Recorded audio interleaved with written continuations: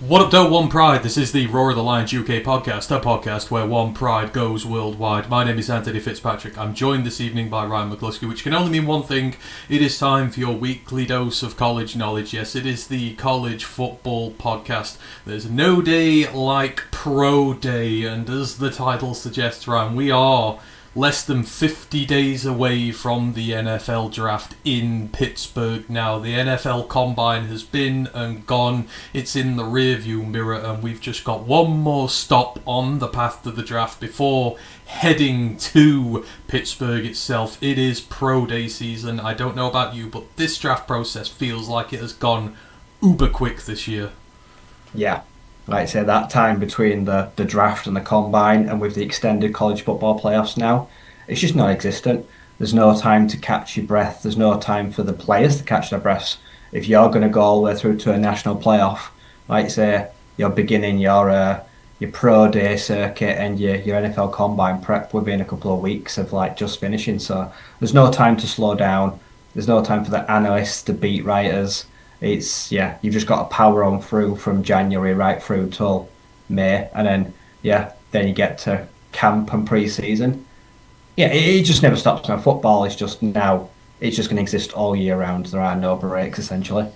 No, and as you were saying before we went on air, we're going to have earlier college football next year with week 0 and the Island game and everything, so everything condenses. By the time the draft is done and we've had a rest, it'll be like the new season will already be upon us. So yeah, it's crazy how all the landscape is changing. But yeah, as I mentioned, the NFL Combine is done and gone, so there is just one more step to go. It is Pro Day season, when teams individually get to do their drills, players get to do their drills in home comforts rather than having to go to Indianapolis. And a lot of them this year were very naughty and didn't do their drills at Indy, so some of them are going to have to go out and put good performances out there for their Pro Day. So we're going to quickly go through the schedule of when the dates of most of the major ones are, and maybe put a needle towards some of the ones we want the Lions to go to, etc. So we're going to go through that, and then just to break up the monotony of all the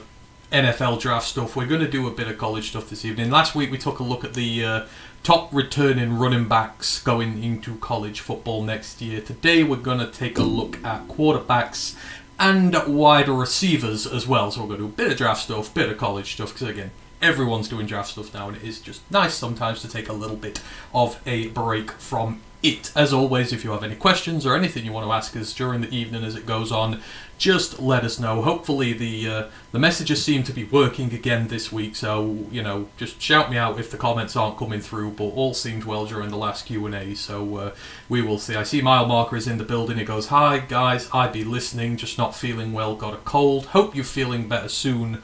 Mile Marker, we don't want you feeling well." He goes, "Hoping you'll do another Saturday morning pod, Ant, when you can."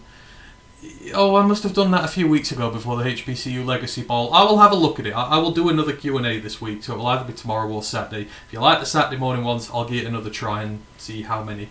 But the Friday night views have been doing okay, so anyhow, if you want that, Mile Marker, I will have a look at doing it. Right, just going on to little bit of news, and it's a little bit of a plug more than anything, but our good friends who we have spoken to on here before over at Hustle Belt, the ultimate Mac blog, where you can go and find everything and anything about Maction. The news a couple of months ago that they were part of one of the many cuts that were coming to sports journalism and bits like that, and they were having to decide what their future was going to be. Obviously, James and the crew do a hell of a job over there, doing all things Mac football. I always feel like it's the one conference we really don't show enough love to on here, and having them around is a good thing. But thankfully, he put in our Discord today, they have a new venture going, which is going by the name of By the Belt. So if you want to get up to date on the latest for all your Maction action,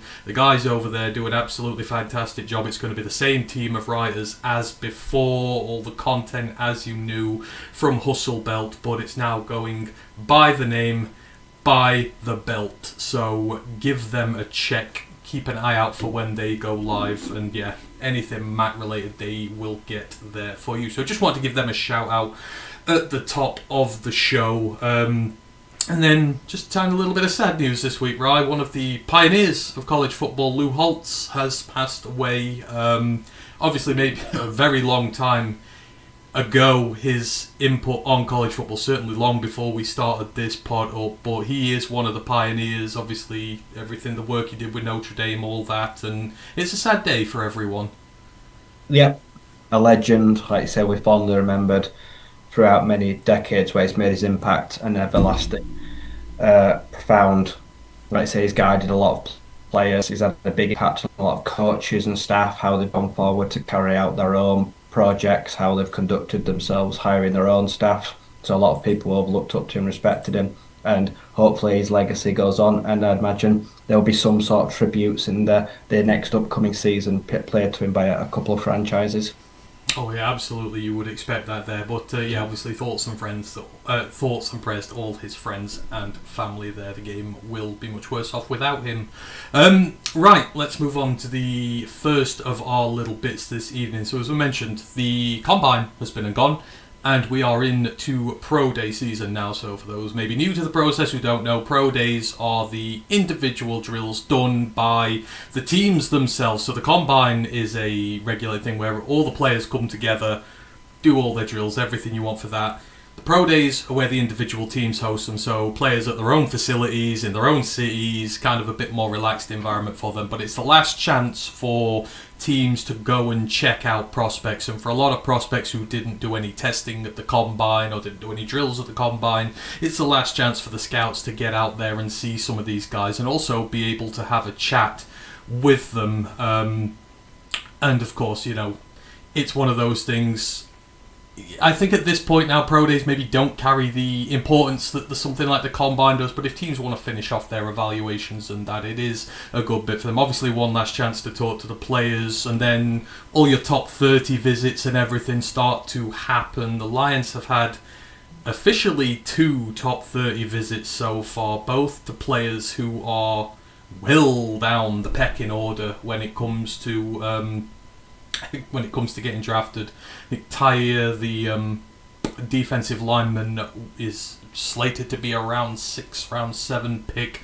And then we've got the kick returner from Marshall, the kick returner, running back, wide receiver, the Khalif Raymond pick in there as well. I can't remember his name. I will get it in there for the show. But yeah, we've had 2 top 30s. DeMarcus Lacey. That's it, DeMarcus Lacey. He's a bit especially. So he spent a couple of years at North Alabama. He was a running back there for them. Then he went to Marshall, and then he kind of did their returns for them. They moved him to slot receiver as well. He did a little bit of carrying out the back. So very versatile guy. Obviously, neither of these went to the Combine, so it helps to have top 30 visits to fill out your profile for everyone if you've not had a chance to speak to them so far. And that seems to be the way the Lions are going at the minute. A lot of the Lions draft picks come from their interviews at the Combine rather than their top 30s. Or, you know, if they do both, then you can be pretty damn sure they are interested in them. Anywho, let's just go through the schedule as it is, just to make you aware of when some of the more noticeable Pro Days are. And it's already started, actually. It started the day after the Combine. So March 3rd, Ball State, they hosted the first of the Pro Days this season. No noticeable draft prospects there from them, and not really heard much about what went on there either. Today, March the 5th, as it goes out, 2 Pro Days. Navy, the midshipmen, obviously sporting 2 very draftable prospects this year. Landon Robinson, the number 9 ranked defensive tackle, coming into this draft cycle, and Eli Heidenreich, who's apparently ranked number 10 at running back. And we've had confirmation that the Lions are there at this Pro Day. Both obviously taking a close look. Obviously no Landon Robinson at the Combine, which was an utter disgrace, so no doubt they've gone to see him there, right? But Eli Heidenreich is coming off an incredibly impressive Combine performance. We thought his receiving ability might separate him from all the other guys. He's done very well, but I think it's intriguing that we're there, Ryan. Like, these are 2 guys who would fit us and what we do potentially, and, you know, I think it's telling that we've sent someone there to see them. Yeah, like I say, they're both... Neither of them fits the mould for the position they play. Like I say, Heidenreich is He's not that tall. He's slender, but he's fairly muscular. But like I say, he's a hybrid H-back running back. I don't really see him as a slot receiver in the NFL. I don't see him making that transition full time to wide receiver. I still see him more coming out of the backfield. Like I say, I see him in special teams. He's a good blocker. He picks up the blitzes well. Very physical in line. He's disciplined. Like I say, he's got a savvy route runner. He's got an expanded route tree. Can plenty of learn. He performed very well. Landon Robinson, like I say, a fair bit under 6 foot, fairly light. Like I say, a compact, muscular build that just usually wouldn't tell you a serious pass rushing interior defensive tackle. Like I say, he's got good weight. Like I say, the arms, the hands, everything. Like I say, the physical tools. Generally, you would look at him and think they're not there, but he's been incredibly productive as a captain. Like I say, 14.5 career sacks. Was very unlucky not to get a combine invite after a fantastic year. Like I say, he did really deserve to be positioned there, but I'm glad we're looking at both of them. Like I say, the Lions have clearly got needs to potentially upgrade. One in their special teams department. We could use some addition in the returning and on the tackling side as well. Special teams did let itself down this year, and now we've got also a need at running back because we've only got a few fringe guys currently on the roster with the departure of Montgomery, so you can add another body there. And then, yeah, we had, like I said, a big first round pick at interior defensive tackle last year, Tyreek. Up and down play, but there's plenty of room for our front with the level of injuries to pick up. You could see someone like DJ Reader will be departing the team some point in the near future.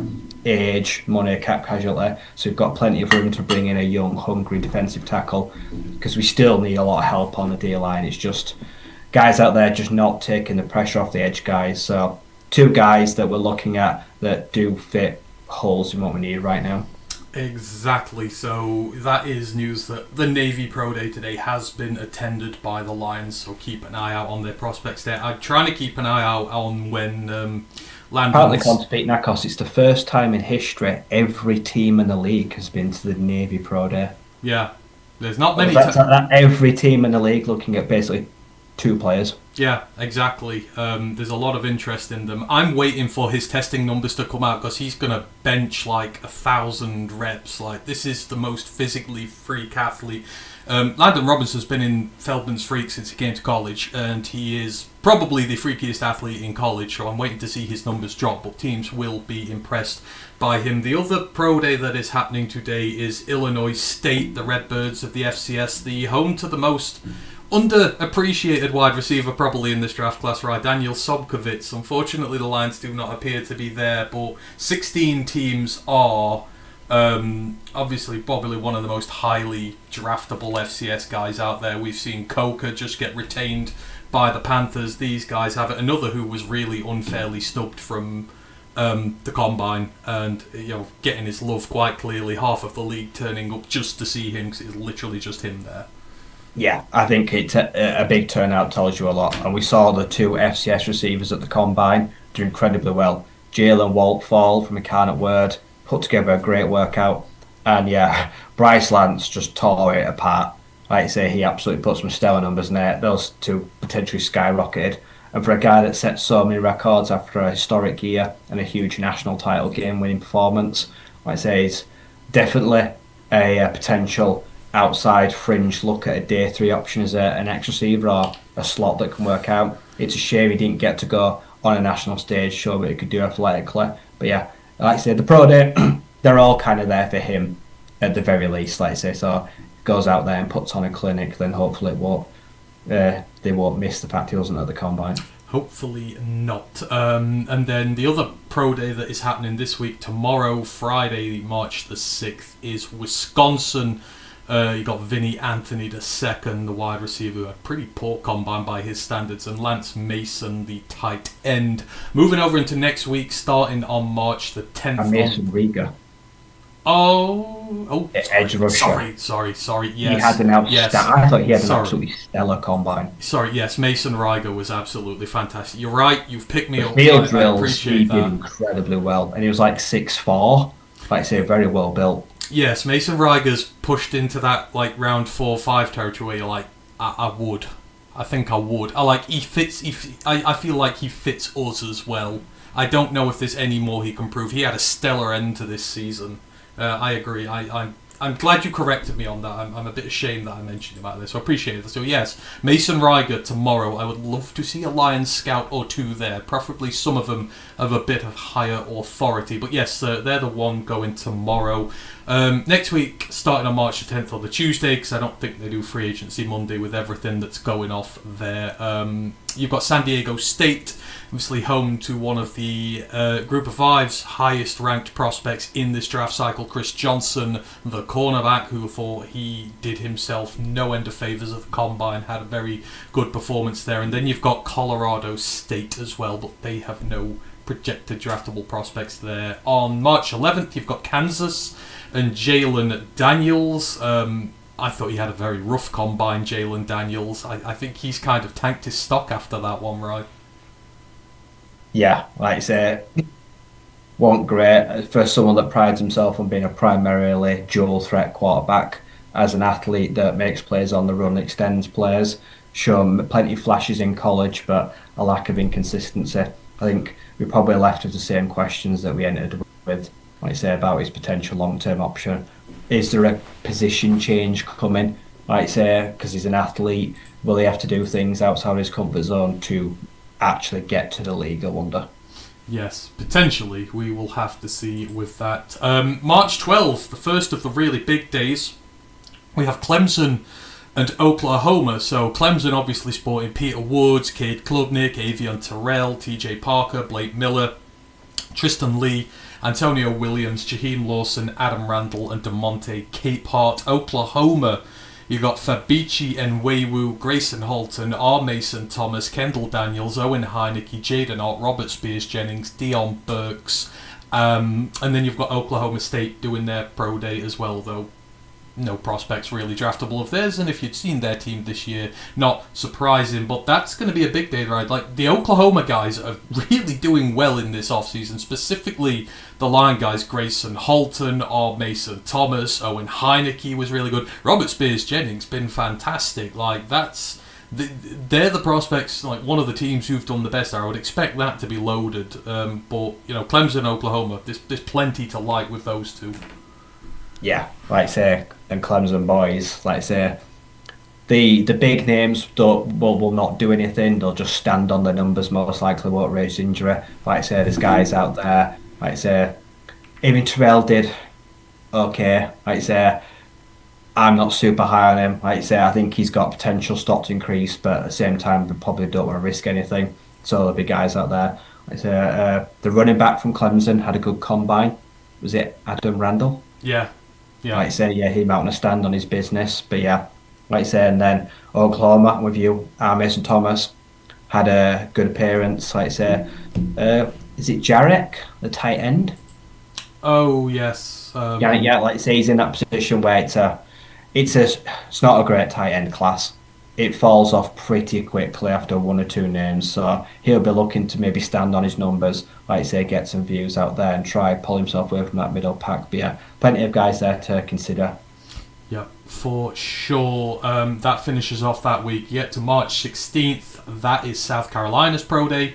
So you got Brandon Cisse, Jalen Kilgore, Rasul Faison, and Nick Barrett. Same day you've got Syracuse, with Dan Villari, the tight end, and Deuce Chestnut, the safety. And you've got Washington as well. Jonah Coleman, Denzel Boston, Alex McLaughlin, and Takario Davis. A busy day there. Takario, the only corner at the Combine to come in at 6'4". That will have done his stock no end of good. The rest of them kind of went a little bit short there. But Denzel Boston's going to need a good day. He didn't have the best Combine possible, but Takario did. Yeah. Like I say, his Washington season wasn't great. I don't think it was the best move for him personally as a transfer. But when I think about his Arizona tape, he played every bit of that 200. Like I say, 6'4". He's lean, he's strong, he's athletic. Like I say, makes good plays. He's rangy, very good. Like I say, combine Genesis Smith. I mean, wow, if we're talking about a safety that is making waves and moving up boards to a potential, like I say, I don't know how high he could go. Potential top 50, 60, 70 pick, like you say. had a stellar combine. Probably can just stand on business, wants to talk to the guys there. But good crop from Arizona this year. Yeah. They should have a strong showing at their pro day, and they should do pretty well. So there's plenty of guys there that are talented. Should do indeed. After that, March 17th, you've got Northwestern. Obviously, that is Caleb Tiernan's home.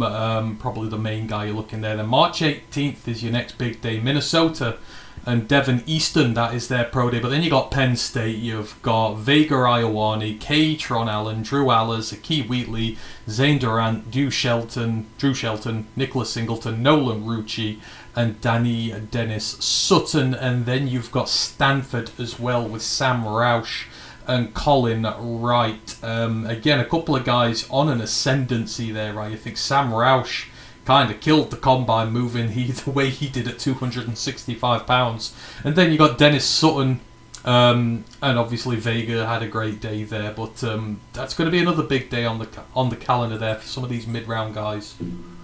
Yeah, like I say, it's a big one. Like I say, Wheatley is firmly entrenched in that middle safety class, which is looking very good this year. Like I say, there's a lot of talented options out there. There's a few offensive linemen. I mean, got two star running backs, like I say, that are trying to make waves and trying to force their way into the upper echelons. Danny Dennis Sutton, like I say, there's some good players, like I say, on both sides of the ball there. So that'll draw a big crowd, no doubt. Hopefully it will there. And then after that, we're due March the 19th. You've got California's Pro Day with Hezekiah Massas and Michigan State's with Matt Gulbin, who's rising up the center ranks at a rate of knots. And then you've got Memphis and Western Michigan. But then you've got one of the ones that's going to be really intriguing, right? You've got North Dakota State with Cole Payton and Bryce Lance, and both of these guys, as you've already mentioned a bit with Bryce Lance, but I thought Cole Payton slayed the combine as well. He's put himself up there as QB3, especially those deep balls. I would expect a big turnout for these guys because I think both are going to be hotly fought over come the draft. Yeah, like you say, the measurements checked out. Like you say, Peyton Cole is a big kid. He is tall, he is muscular, he is athletic. He's done most of his dangerous work on the run. He's got a big arm, even when his shoulders aren't square and he's running in either direction. He's throwing it across his body. He's making good decisions when to tuck, when to take off. Doesn't shy away from contact. More than happy to fight for extra yardage using that big frame. Like I say, looked very polished throughout the drills. How are you? In a QB class that can just be described as a big question mark, it is a potentially a crapshoot. Anyone could get taken anywhere and no one's really going to criticise you for it. He has got so much to gain where others have got a lot to lose. Yeah. And then Bryce Lance, absolutely tremendous. To be honest, doesn't have to do anything. Like I say, won't risk injury, so there's no numbers to improve on, was one of the best talking points of the QB wide receivers day, so those two, yeah. I think they're safely entrenching themselves in those late day 2, early day 3 options. Like I say, it's going to be, they've both really made a case for those picks. Absolutely, they have. Moving March 20th is Michigan's Pro Day, so for all you Wolverines out there, March 20th is the day in question. Got Jay Sean Barham, Derek Moore, Marlon Klein, Dane Tucker, and Rayshawn Benny, amongst others. And Vanderbilt's Pro Day is then as well. You have Eli Stowers and Diego Pavia. Eli Stowers absolutely wrecked that combine, Ryan. Like, it's people all over the place with him. Like, you jump a 45-inch vert, which I think is the record for everybody. You're playing tight end. That immediate, it's like, yeah, we're going to draft him. And the versatility seems to have come into play. I think there's going to be a lot of people looking over Eli. Like, he's sneaking back up into that first-round contention again, but I would expect a lot of people to try and see him for one last time before this thing starts. Yeah, I expect plenty to go and try speak with him and see him. He's got a chance to cement himself as one of the upper echelons positions, like I say, but he offers versatility where some of them don't. Like I say, he is an elite receiving threat. Blocking, can block, willing blocker, can work on blocking, but also out the backfield. Like I say, there's those. Yeah, like I say, he's a chess piece. Like I say, he's athletically gifted. He's fairly well built. So he's not for everyone, but some coaches will absolutely love him and look at the potential of what they could do with him. So yeah, he's got a chance to go out there and just prove himself He once does. again. He does indeed. Terry Perry's in the building. Says, "Hey Ryan and Antony, how are you guys tonight? We are good, thank you. We're less than 50 days away from the draft. Always a good point of the year to be at." Moving on to March 23rd, you have Toledo's Pro Day. Their plethora of DBs, fronted by Emmanuel McNeil Warren, will be on show. You've got Bowling Green, New Mexico, Rhode Island, and UNLV as well. Not much going on there, but McNeil Warren's going to be under the microscope, right? The safeties and the linebackers I thought were amazing at this combine. I don't really do much on the combine, but I thought the competition really ramped up. McNeil Warren, Halsey, guys like that, all just absolutely dominated. And it feels like now, I know they're just pro days, but for some of these positions, the safeties, the linebackers, it could just tip them over the edge. You could drop a few spots or rise a few spots in this last one because it's so closely contested. And he is going to be one of those under the microscope and a G5 guy. Yeah, like you say, he had a stellar class. He's a rising name and a strong safety group put together. I think for him, like you say, it's a lot of those guys are just trying to get rid of the tags of small school prospect, like you say, only coming from, like you say, playing in the MAC, where it shouldn't be used against him. But the amount of times I see him now in first rounds, like I say, at the end of that first, creeping in, like you say, he's becoming more and more frequent, which is probably an indication that teams are buying the hype and they are starting to think that he can be an immediate starter. Yes, indeed. I'm going to look forward to that and seeing him. We're at March 24th next. You've got Boise State. Cage Casey, who's fallen off the edge of the map, the offensive tackle. He's going to get his last chance to show out there. You've got Cincinnati. Jake Golday, the linebacker, who did himself no end of favours at the combine. You've got Eli Raridan. You've got Joe Royer, tight end, my bad. Cyrus Allen, the wide receiver. The Don Corleone at defensive tackle. And Jeff Caldwell, one of my new favourite prospects at wide receiver. 6'5", 215 pounds, and looked like an absolute monster.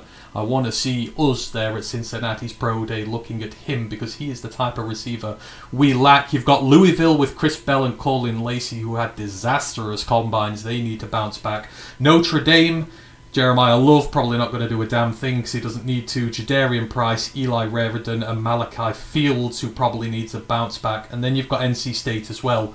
Us, Wolfpack, Justin Jolie, and Devon Marshall. March 24, big day there, right? Cincy, Louisville, Notre Dame, NC State, for different reasons. Some of these teams, their guys excelled at the combine. Some of them just were really bad, and this is going to mean a lot to them.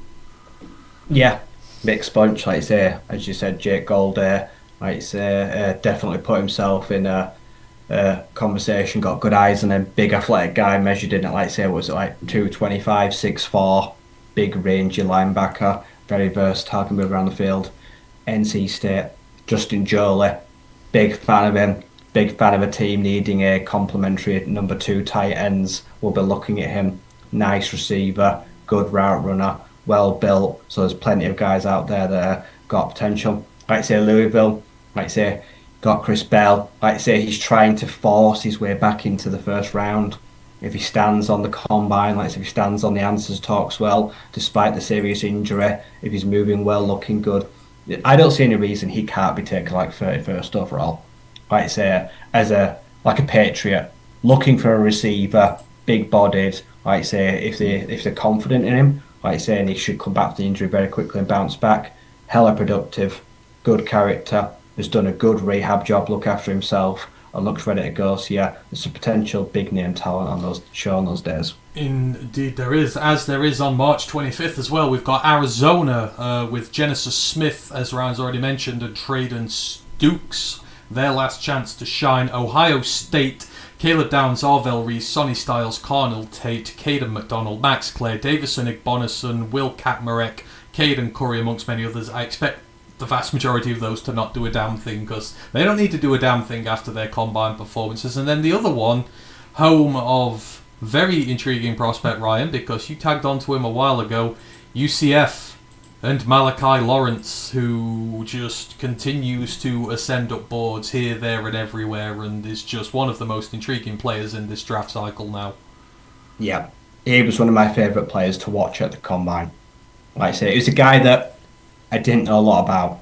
Like I say, good build, like I say, good production. Like I say, done pretty well there. But yeah, when it came to the drills, like I say, the 40, the broad jump, everything. He smashed all the drills and in the field workouts. He looked incredibly crisp. The balance was good. He was dropping the shoulder. He's got a good dip. He was keeping low to the ground, despite being 6'4", a tall guy. But he did everything well. Showed lots of promise, like I say, and looked like he was very comfortable and enjoying himself out there. The guy's probably just made himself a lot of money. Oh god, yeah. Looking at where he's going to be taken is very hard because, like I say, someone might have fallen in love with him. Yeah, I don't know how much he's going to do at his pro day, if anything. I guess he's not really got much left to prove. I guess he may do some positional drills or something, but even though there's not many prospects there, I would expect there to be quite a turnout to see him. So I'm looking forward to that. March 25th there with UCF. You've also got UMass and Sam Houston on that day. March 26th, you've got UAB, Kennesaw State, Pittsburgh with Kyle Louis. He's taking himself out of consideration for pick 50 now because someone's going to pick him at the end of round 1, which is going to break my heart. And obviously Desmond Reed as well at running back, measuring in at that dreaded 5'8". But, you know, the end is not over necessarily. March 27th, you've got Mississippi State with Brennan Thompson. Didn't run the fastest 40 ever, but it was pretty quick. And Kent State as well. And then March 31st, you've got Colorado with Preston Hodge. Getting towards the back end of this now, but Kyle Louis, part of those linebackers who just absolutely wrecked the combine and just, you know, destroyed all the athletic testing around them. And it was a good day for Brennan Thompson, despite him just being that speed guy as well. But I think he will have raised interest in him going into his pro day. Yeah. I mean, I know Brennan Thompson, unfortunately, all too well from when Miss State, like say, beat Arizona State, and he was the big splash player home run guy. He is a walking home run. Like say, he was unfortunate to not even get close to the record, but he showed, like say, in that small, compact frame, pure explosion. Like say, he is a highlight reel potentially. I think he's a great value pick for a team that has got a good, like say, strong, big built will receiver room. It's looking for a little bit of juice. Like say, if the Chiefs were looking to replace Tyreek Hill, like say, you could look at a Brennan Thompson that has got the ability to just take a roof off the defense. Just give him a big deep ball with some air underneath it and let him get on after it. So yeah, he has shown that he's got that potential to be a big splash player and play at the next level, which someone looks like say they're just kind of guys that aren't always there, that you just know that might touch the ball a few times a game, but they've always got big play yak potential. Yeah, indeed. I know Tennessee's is at the back end of March. I don't know if they've confirmed it yet, but they're trying to give Gerard McCoy time to recover from his injury before they officially do it, so that should be put in the official logs soon. Moving into April 1st, April Fool's Day, but there's no April Fools about Indiana being your national champions. That is the pro day for the Natty winners. Mendoza, the number 1 overall pick, more than likely. Louis Moore Jr., Omar Cooper Jr., Kalon Black, D'Angelo Pons, Roman Hemby, Pat Coogan, Elijah Sarrett, Mikhail Camara. Same day is Nevada. Then April 3rd is Montana. Got Michael Wortham, wide receiver prospect there. Then April 10th, you've got Towson.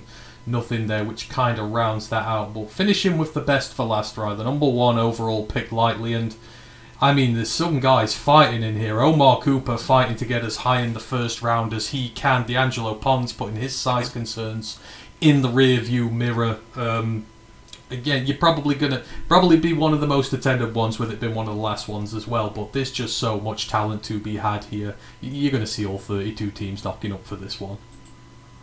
Sorry, I went mute there. Which team was it? I heard the last bit. Sorry? I lost the sound there a bit. Which school was sorry. it? Indiana, April 1st. One of the last big Indiana, ones. like I say, intriguing school. Like you say, you got Omar Cooper Jr. that looks fantastic. Like you say, great body control, a good workout. Elijah Surratt that's done very well after a great season, putting together a good combine, like I say, being very crisp, like I say, nice sleek runner, well built.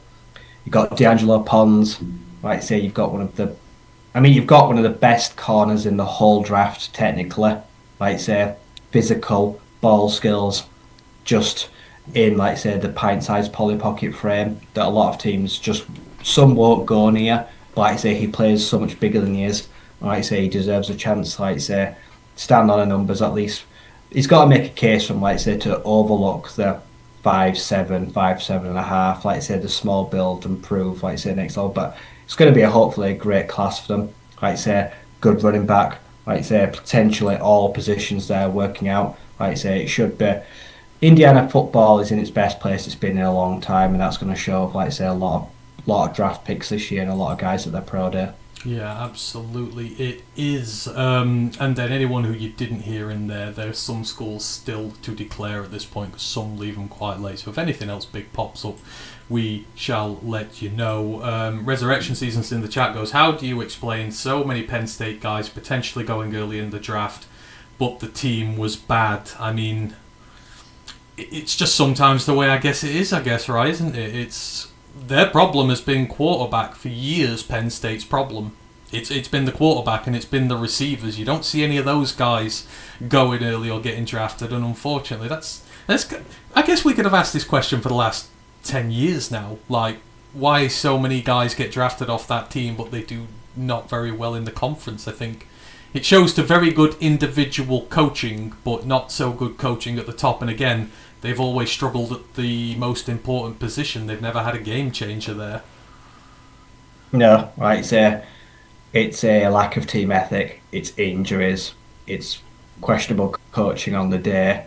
A lot of things, like I say, a lot of those players individually do stand out on a team that continually lets itself down and underperforms, and ultimately do leave school with probably somewhat of a bitter taste in their mouth. Doesn't affect them going forward as pros, but yeah, I think one of the questions probably a lot of Penn State players do get asked is like, so what went wrong? Like I say, what do you need to work on? Why is the team not succeeding? Like I say, what do you need to do better? What have you learned from that? So yeah, I think it probably shapes them, molds them, but it's a team, like I say, that's probably not going to change anytime soon. Be a perennial underwhelming side, but produce, like I say, potentially lots of first and second round talent going forward. Well, all I know is next year is they'll have the most talented quarterback they've had in forever, with Rocco slinging the pigskin over there. They're going to be so much better with Matt Campbell in town, so I would expect their bits to change. But yeah, that is everything in terms of the Pro Day circuit. So as we say, as more comes up, we'll update it week by week, in terms of where the Lions are at and who's been seen there. If we've got anything that we can let you know, we will do. Obviously, when the top 30 visits happen as well, we'll keep that up there. But it's going to be fluid now for the next few weeks. But yeah, that is really it before the combine starts. So looking forward to seeing where the Lions seem to be focusing their attention. Okay, let's move it on, and we're going to move away from the draft talk for a little bit. We may come back to it later, possibly a surprise, we shall see. We're going to move over to the college side of this. We are a college football podcast after all, and as mentioned last week, we took a look at some of the better returning running backs, going back to college next year, doing the top 10s. PFF do their top 10 list. We threw in a few names of our own, and they've put forward their lists for quarterbacks and wide receivers. So we're going to take an initial look at some of the better guys who are coming back next season. Names to keep an eye out for as we move on. So, without further ado, we'll move into the quarterbacks first, and we'll work it 10 through 1, and we'll throw in names that we feel should be in there as well that have been omitted from this list. Obviously, PFF do a lot of their stuff metric graded, and it's definitely not right all the time, but this is what it is. So we're going to get straight into this, starting off at number 10 in terms of returning quarterbacks for the 2026 season. They have someone who Ryan has had a love-hate relationship with for a long time now, Noah Fafita out of Arizona. coming off maybe what was a little down year for him. He's 5'10", 195 pounds. He is on the smaller side when it comes to quarterbacks, but he is a big-time thrower. 26 big-time throws last season. That was nearly top 10 in the country, and a sub 2% turnover-worthy play rate from him, which is top 8 in the country for him. He's usually very good with his ball security. Got a big arm, got big playability downfield, and for most of his tenure there, Rye, this has been a very explosive offense with him at the helm. I'm surprised he's in this, but when he's healthy and when he's firing, he probably does deserve to be on here. Yeah, you can make a strong case for a guy that, like I say, he's never been the reason why Arizona has struggled. Like I say, lack of depth at positions, coaching issues, like I say, injuries. A lot of that team has been up and down recent years, so they have struggled. Like I say, this year, by his own standards, had a down year, but was also very serviceable. Came up clutch in big moments. Like I say, he's a smaller guy, he's a lighter guy, but he has got, like I say, a strong arm. He's great on the run. He's physical. He's got nice touch, especially like say when he's looking towards like say deep middle or towards the sideline. He's very accurate in those areas, so he's able to extend the drive with big plays and come in clutch. So yeah, he's done a great job. Put some good career numbers as a Wildcats QB. He's made them very competitive in the Big 12 and given a lot of the more prominent Big 12 sides headaches for most of his time there. And I don't expect much to be different this year. Like I say, I expect Arizona to. Yeah, they can beat anyone on any given day. They do blow hot and cold, but they are a dangerous side. Like you say, he's a good, talented quarterback. That be interesting to see what happens in the next cycle. Especially like I say, 5'10", 200 pounds. Like I say, he's he's a short, lean kid. So, but yeah, like I say, he does pack a punch when needs to. Yeah, he's a redshirt senior this year as well, so he's not the youngest either, but certainly great on his day. At number 9, I guess someone else you could say it's been a little love-hate with. We've got Darian Mensah, the new Miami. Too low. We've got you've got him a little too low on here. So Darian Mensah, he's a true junior this year, I believe. Or he might be a redshirt junior. It's his third year as a starter he's going to be. But over the last 2 years, 6,696 passing yards, 56 touchdowns to just 12 interceptions. Obviously, first year at Tulane in the American at the Group of 5 level. Moved to Duke last year in that deal that was worth nearly $4 million a year, and obviously took them to the ACC championship game. I like by hook or by crook. And then obviously very controversial last moment move to Miami of Florida when they were trying to get in a high profile guy to replace Carson Beck. But 34 touchdown passes, was second in America last year, nearly 4,000 passing yards, led all Power 4 quarterbacks, high passing grades for him, 28 big time throws as well, helped deliver Duke their first ACC championship in 36 years, despite them not being the best out there. He is, putting the NIL stuff aside and the money stuff aside, he is one of the most electric arms in college, and he's going to the school now which is going to have produced 2 first overall picks in a row from its quarterback room, albeit transfers, and you wouldn't bet against this being a third potentially if he does well there. Yeah, if you overlook the poor handling of his departure, which probably left a lot of sour taste in the mouth, and I think that I think a lot of questions this time next year will be like, why did you do it like that when he declares for the draft? But how are you? Pure gamer, incredible arm, can make all the throws. He's well built, he's strong, he's clever. Like you said, he's a winner. Like you said, he's a risk taker as well. Like you say, there are a lot of throws that either end up in a dreadful turnover or a fantastic throw into a tight window for a touchdown. He lives by the seat of his pants. He's played, like I say, a lot of those games in Duke that he won could easily have lost. On the flip side, some of those losses really should have won where he made some immaculate throws. So there's a lot of stuff for him to clear up, a lot of him stuff to clean up in that sense as well. So I'm with him. I'd be very surprised if they don't have a first round pick in him next year. Like I say, he's not polished by any means. Like I say, he can be a wreck, but the level of production, the winning attitude, like I say, there's a bit of a cockiness, a bit of a swagger around him. Kind of stuff a lot of NFL coaches will look at. Favorite, I can't see any way, like say, with the talent, he's bringing one of his best friends with him to Miami, stacked roster already. I can't see any way he doesn't win a back-to-back ACC titles, and then we get to see him in the playoffs hopefully as well, where maybe then we might see the best of him against, yeah, a different level of competition that he's gone up against up until now. Absolutely. So that is Darian Mensah coming in at 9. At number 8, talking about quarterbacks who poorly handled departures from their previous teams, it's your own guy, Sam Levitt, now the new LSU quarterback, but last 2 years he's been at Arizona State, started off at Michigan State, career 4,652 passing yards, 36 touchdowns to just 11 interceptions, and you can also tack on over 800 rushing yards and 10 rushing touchdowns as well. There's a little bit of dual threat ability about him, but he was one of the top quarterbacks in the portal period, helped lead Arizona State to a Big 12 championship, and been one of the most consistent guys over the last 2 years, working through injury as well. Obviously, big shoes for him to fill at LSU there, right? But clearly, on his day, one of the most talented quarterbacks in the country. Yeah, it's a difficult one because, like you say, he is reckless. Like you say, he has played through. Like you say, at one, he's got the serious foot injury in a Liz Frank. No one still wants to comment on how he did it. Still, the rumours, like you say, he was playing basketball when he shouldn't have been. Like I said, he didn't do it in a game. Like I say, it's been a very tumultuous off season for him. That's not painting him a good light. Didn't go to the end of season awards.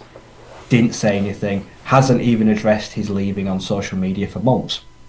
Did not say anything to the fans at all. Just completely went dark, which is not a good look at all. Like I say, he's got a bag. Like I say, he's got a huge school. He's got one of the most polarizing coaches in the NFL in the league. But yeah, like I say, he's tremendous. He can win the Heisman. With a good healthy year, he's an absolute lock to, I think, be a first round pick next year. He has got all the traits of an NFL quarterback. He is a fantastic runner. He is so deadly once he gets out in the open field with, like say, extending plays with his legs. He kept drives alive for ASU that had no right to be in it. Like, look at the win against Texas Tech. Like I say, look at some of the wins where a team that made so many errors and put themselves in holes, like I say, and he dug them out. But yeah, he is a risk taker. He puts the ball in harm's way. Like I said, there are turnover-worthy players that don't bite him in the arse, some don't. But yeah, he's a tremendous athlete, lovely touch, great arm. The overall game for him is pretty perfect. Like you say, but now, like you say, serious pressure on him. The kid has to go out and deliver. I mean, realistically, he's got to get him to the playoffs. Yeah. Nothing else would be succeeding. Otherwise, it would be a failure in my eyes. Yeah, I think, yeah. Obviously, with the lane train coming as well, it just adds even more complications to it as well. Like, a big check has been written with the mouth up there. He's going to have to cash it with his ass to make sure it comes We're looking at a guy that I'd say in a year's time, right, do we think about a Jared Goff replacement in, like, say, a couple of years? I'd be like, I could put a first-round pick into Sam Levitt. What I was about to ask you that. What is his draft stock right now for next year? Like, if he left how he is now, like, what would you say he's worth now? Niggling injuries, I'd probably say, like, end of round 2, round 3. But he has round 1 potential if he does it there. Definitely round 1 potential, yeah, like I say. He needs to play one, he needs to stay injury-free this year. Yeah. Like I say, because he had a lot of niggles, and like I say, now he's had a serious foot injury, it's had the surgery on it. Yeah, and like I say, probably try to keep himself off the field, try to ingratiate himself back into the social media world well. He could do with making some friends again. Yeah, absolutely, he could. And talking about transfers who are going to be under significant amounts of pressure this year, it's his 5th year, it's his last year. He will come to the draft next year. At number 7, you've got Brendan Sorsby of Texas Tech. Started off at Indiana for 2 years, moved to Cincinnati, broke out last year, over 7,000 passing yards in college, 60 touchdowns and 18 interceptions, but obviously part of that big... Oh, he's also got 22 rushing touchdowns, 1,300 on the ground. He has dual threat ability about him. He was the best quarterback in America last year when it came to working under duress. No one was better when getting hassled in the pocket at keeping his completion ratings up. But a massive transfer for him to Texas Tech, and we looked at that Texas Tech team last year, and you always felt like it was just Behren Morton holding it back a bit. Nothing wrong with the defense, nothing wrong with his offensive weapons or his running backs or his offensive line. It's just, can an elite quarterback turn him over the edge? And this is year 5 for Brendan Sorsby. It's his last chance. They've bought him in Rye for a reason. They don't spend all that oil money down there in Texas, in Lubbock, for no reason, and he is going to have to show out big and help Texas Tech get back to the playoffs and make some noise there. Yeah, one of my more low-key favourite transfers of the year. Like you say, an incredibly talented quarterback in Cincinnati that was just not... It just didn't have a team capable of going all the distance. They fell short often in games. But yeah, like I say, great arm. He's well built. He's strong, physical. A lot of pocket poise, like I say, in the red zone as well. Very difficult, like I say, because 9 touchdowns. Like I say, the power 4 on the ground. A lot of them came within like the 20-30 yard line. So he definitely knows when to escape, when to trust his physicality, and just like I say, get the extra yards of his own. So he knows when to fight and live another day. So his poise behind the pocket on the O-line is good. Just like I say, he's landed on a team at the wrong time that has just been absolutely rinsed. Like I say, their number 1 receiver, Virgil's gone. Some of the other guys have gone. D-line gone. Linebacker's gone. Like I say, they'll replace a lot of it. But like I say, there's going to be a lot of young, new, fresh faces in that offense that it's going to be working with. So yeah, it's going to be interesting to see how he does. But yeah, he needs to make the most of it. He's got to deliver a back-to-back championship. And then, yeah, I suppose he'll have some interesting draft stock if he is able to keep them at the top of the pedestal where they are right now.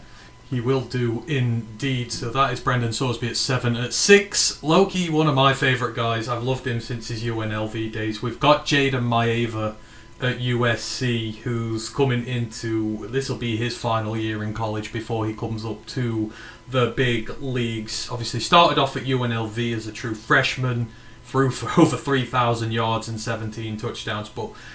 Went to USC, which we thought was a bad idea at the time, and I didn't like the move, but he beat Miller Moss out so bad that Miller Moss had to move across the country to Louisville to get away from that program. Took the starting job last year, 3,711 yards, 24 touchdowns and 10 interceptions, but he's got nearly 8,000 career yards over 3 years, 52 touchdowns, 26 interceptions altogether. Not much of a rusher. He does have 13 rushing touchdowns, but he's more a short yardage guy. And for me, Ryan Maeva he's your boom or bust. He is the big fireworks. He is the fancy explosives. But like all of those, he comes with a risk. It's just this like 5% turnover worthy play rate last year. Like, he has the potential to be special and explosive and the most fun quarterback on the day, but he comes with a warning on the box saying, you be careful when used, because it can occasionally backfire in your face. But,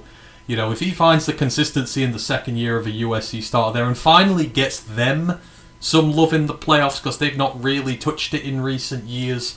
Like, this is a guy who could be the best quarterback in the class or could end up in, 20th by the time the year is done, but you enjoy the ride with him. Yeah, he's a fun quarterback to watch as a neutral. I don't know if Trojans fans would share that sentiment, essentially. Like you say, you don't know what you're going to get from him all the time. As you say, the big time throw rate, which is, like say, those large over-the-top completions and the down the rails, just as high as the plays that are misguided, forced into 2-3 double coverage. Those ones that are getting tipped at line of scrimmage. He's a big time player waiting to happen, and he's also a very costly turnover waiting to happen at the same time. So he lives by the seat of his pants. He just needs to rein it in a bit next year.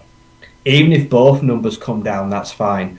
I just need him to see him protect the ball a little bit better, play with a little bit more uh, not like I say, not reserved, but and he just needs to be a bit more careful. Like I Yeah. say, he doesn't have to play at 100 mile an hour. He doesn't have to force the issue on early downs, and maybe just sometimes assess the situation a little bit better before he decides to let rip. But yeah, I'm high on the Trojans this year.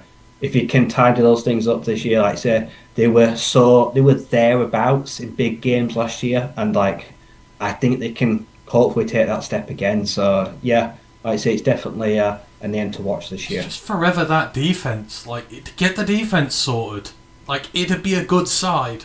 It's just one of the most maddening things ever. But yeah, Jaden Maeva is there at 6 on your list of quarterbacks returning next year, and now we get into the highly Like, this kid controversial must top have a five. nosebleed at this altitude. At number 5, we've got CJ Carr, the Notre Dame quarterback. Now, it was his first time starting last year. He's going to be a redshirt sophomore this year. He was a redshirt freshman last year. I mean, the numbers on the surface of it look good. Nearly 67% completion on his throw-in, 2,741 passing yards, 24 touchdowns, and 6 interceptions. So as a freshman, throwing 4 to 1 on your touchdown to interception ratio at a big program like Notre Dame, and throwing 67% quite accurate is not a bad thing. But he was helped by probably one of the best backfield tandems in the entire country, who he has lost now, and more is going to be put on him this year. And I know there's a lot of big play throws and that, but I'm not ready to be sold yet. But at the same time, the stuff I probably have gripes with him with can be explained that he was a first year starting freshman last year and he was getting some rust off the system and getting used to it. But I think some of the guys below him on this list deserve to be above him. For now, he could be a legitimate top 5 guy next year, but I'm not ready to crown him just yet. I think this is a little high for him. I just This is just one of those where it's a big what if. You've taken away his nightlight and his favourite blanket. Like I say, that he's a young kid, and when he, like I say, those were two, Price and like I say, Love. Like I said, with you, one of the maybe the best tandem in the country that made a quarterback stream are just an absolute joy to beat because defenses would ultimately always have to account for them, always kind of lean towards run first. Like I say, they would stretch defenses, they would create space, even if they were just kind of dummies. And sure, they're a great running school with a great offensive line. I'm sure whoever's next to take up the mantle will do a good job. But the emphasis, like I say, the defensive pressure he's going to see now, not having to deal with those two in the backfield and maybe to be a bit more aggressive to go and get him. Now you know he may have to hang back in the little pocket. He's going to see a different beast this year. Teams are going to come out against Notre Dame much different, much more aggressive. Like I say, potentially try to collapse that pocket and force him into pressure. Here. So I'm not with you. I can't have him at 5. Too much of an unknown entity. It's time to take the stabilizers off and Yeah. let's see what he is. Yeah, like I say, if he goes out, delivers, have a big year, then yes, he will be in the Heisman candidate if he does it without those two elite talents behind him. Yes, I believe he's currently joint favourite with another one who doesn't deserve to be top 5 currently, who's going to show up soon. But yeah, you've got number 5, CJ Carr there. Ken Stowder's in the building. He says, hi, all sup. Hope you're doing well there, Ken. So we're getting to the big leagues now. Number 4, the nation's darling last year, the Division 2 standout, and the man who's fought his way back for one more year, Trinidad Shambliss, the old Miss quarterback, who, after coming into the program, and again we thought, maybe the best place for him to go. Austin Simmons is there. He's the legacy. He's the guy who's going to get this job. And beat him out. Well, due to injury, but he got the starting job. He never gave it back. He threw at 66% last year. Just a smidge shy of 4,000 yards, 22 touchdowns, just 3 interceptions. He ran for over 500 yards with another 8 rushing touchdowns as well. Had a reception on the season, and I mean, there's no way of saying about it, right? Like, last year alone, he was one of the best quarterbacks in the country in a team which has struggled for years to have a consistently good quarterback. Like, he didn't look like a Division 2 player. He took to the FBS like a duck to water, and, you know, quite rightfully, he wants a second year there before he comes up to the NFL. He wants to refine his game, get some more experience at this level before moving up to the NFL. It's going to be a big year for Trinidad, because last year I don't think any team on his schedule would have had him scouted, been a Division 2 transfer sat behind Austin Simmons. But now the SEC knows about him, and it's going to be interesting to see how they adapt to him and how he adapts to teams that are going to be a little more zoned in on him now. But I mean, there's no doubting if he plays again like he did last year, the turnovers are absolutely minimal. The throws are precise. He can work out of pocket, in structure, whatever you really need him to do. He's got the legs as well. There's no denying his talent, and I think he rightfully does deserve to be in the top 5 based on last year's track. Yep. Like I say, I'd put him higher. I mean, on paper right now, I'd say he has to be a Heisman favourite. I mean, like I said, he's got the cool backstory, bit of a fairy tale, like he says, and a relatively unknown QB that if you don't know D2 and don't know Ferry State, you probably didn't have an idea who he was. But comes in, he's not expected to play at all. Austin Simmons, like I say, was the starter last year, and he was Lane Kiffin's future succession project. Like I said, the moment he went down with injury, and this kid's like I say, we didn't plan for this, but here you go. And like I say, he never looked back. Despite being a diminutive 6 foot, 205 pounds, like you say, not a commanding fizzy behind the offensive line, he went out there as a clinician. Like I say, he knows when to run. He's elusive in the open field, put together some great scramble yards, kept plenty of drives alive, has a nice arm, like I say, got a lot of touch, great moving the ball down the field, knows where the sticks are. As you say, very rarely ever put the ball in harm's way. The turnover where he plays, kept it clean all year. Like I say, played through niggles. Like I say, a couple of games where he took a big hit, got hurt, came right back, managed to see it out. So he's got physical toughness that some of the guys in this list have not shown yet. So he's got, like I say, he's got a good level of stability and endurance about him. And I would love to see him take the Rebels one step further this year. I'm interested to see how the Rebs look with Golden at the helm, about Kiffin, how much of a difference it's going to be going forward. But yeah, Chambliss, if he puts in a year like last year, I mean, I'm going to be interested to see what the scouts say next year about the draft stock. Like I say, where they really put him as a long-term, somewhat veteran QB. But yeah, everything I've seen from him, he's calm under pressure, he's durable, he can take licks constantly, just get back up and keep moving.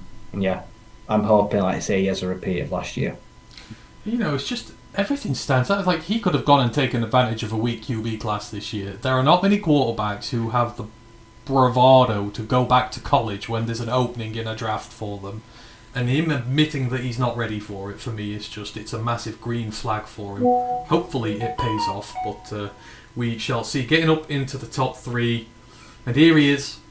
It's Arch, is at number 3, and incredibly, this is going to be his 4th year in college. It feels like he's been around not that long, and this is going to be year 4 for him. Obviously, first year as a starter last year after the Quinn Ewers era in Texas ended through for under 62%, 61.5% on his passing last year, 3,163 yards, 26 touchdowns, 7 interceptions, but was big on the ground, 400 rushing yards, 10 rushing touchdowns for him. He did a lot of red zone work with his legs, and I mean, it's difficult with Arch, right? Like, the hype around him hasn't helped. Like, that's not his fault. Everybody has hyped him to the moon. He's a number 1 overall pick. He's a Heisman candidate, yada, yada, yada, yada, yada. And he's not lived up to that so far, I think it's rightly to say, which is not his fault. It was a very slow start last year for Texas, and it looked like it was going to be a disastrous year for them. But that back half of the year, that offense, especially given they found some running backs, given everyone had been hurt, was a lot more balanced. It looked a lot better, and you did start to see the real him. But on his body of work, what he's done so far, I don't feel like he deserves to be top 3 coming back. The talent is there, but this is a really big year for him. You've got to be consistent this year now. Texas need to be challenging at the top.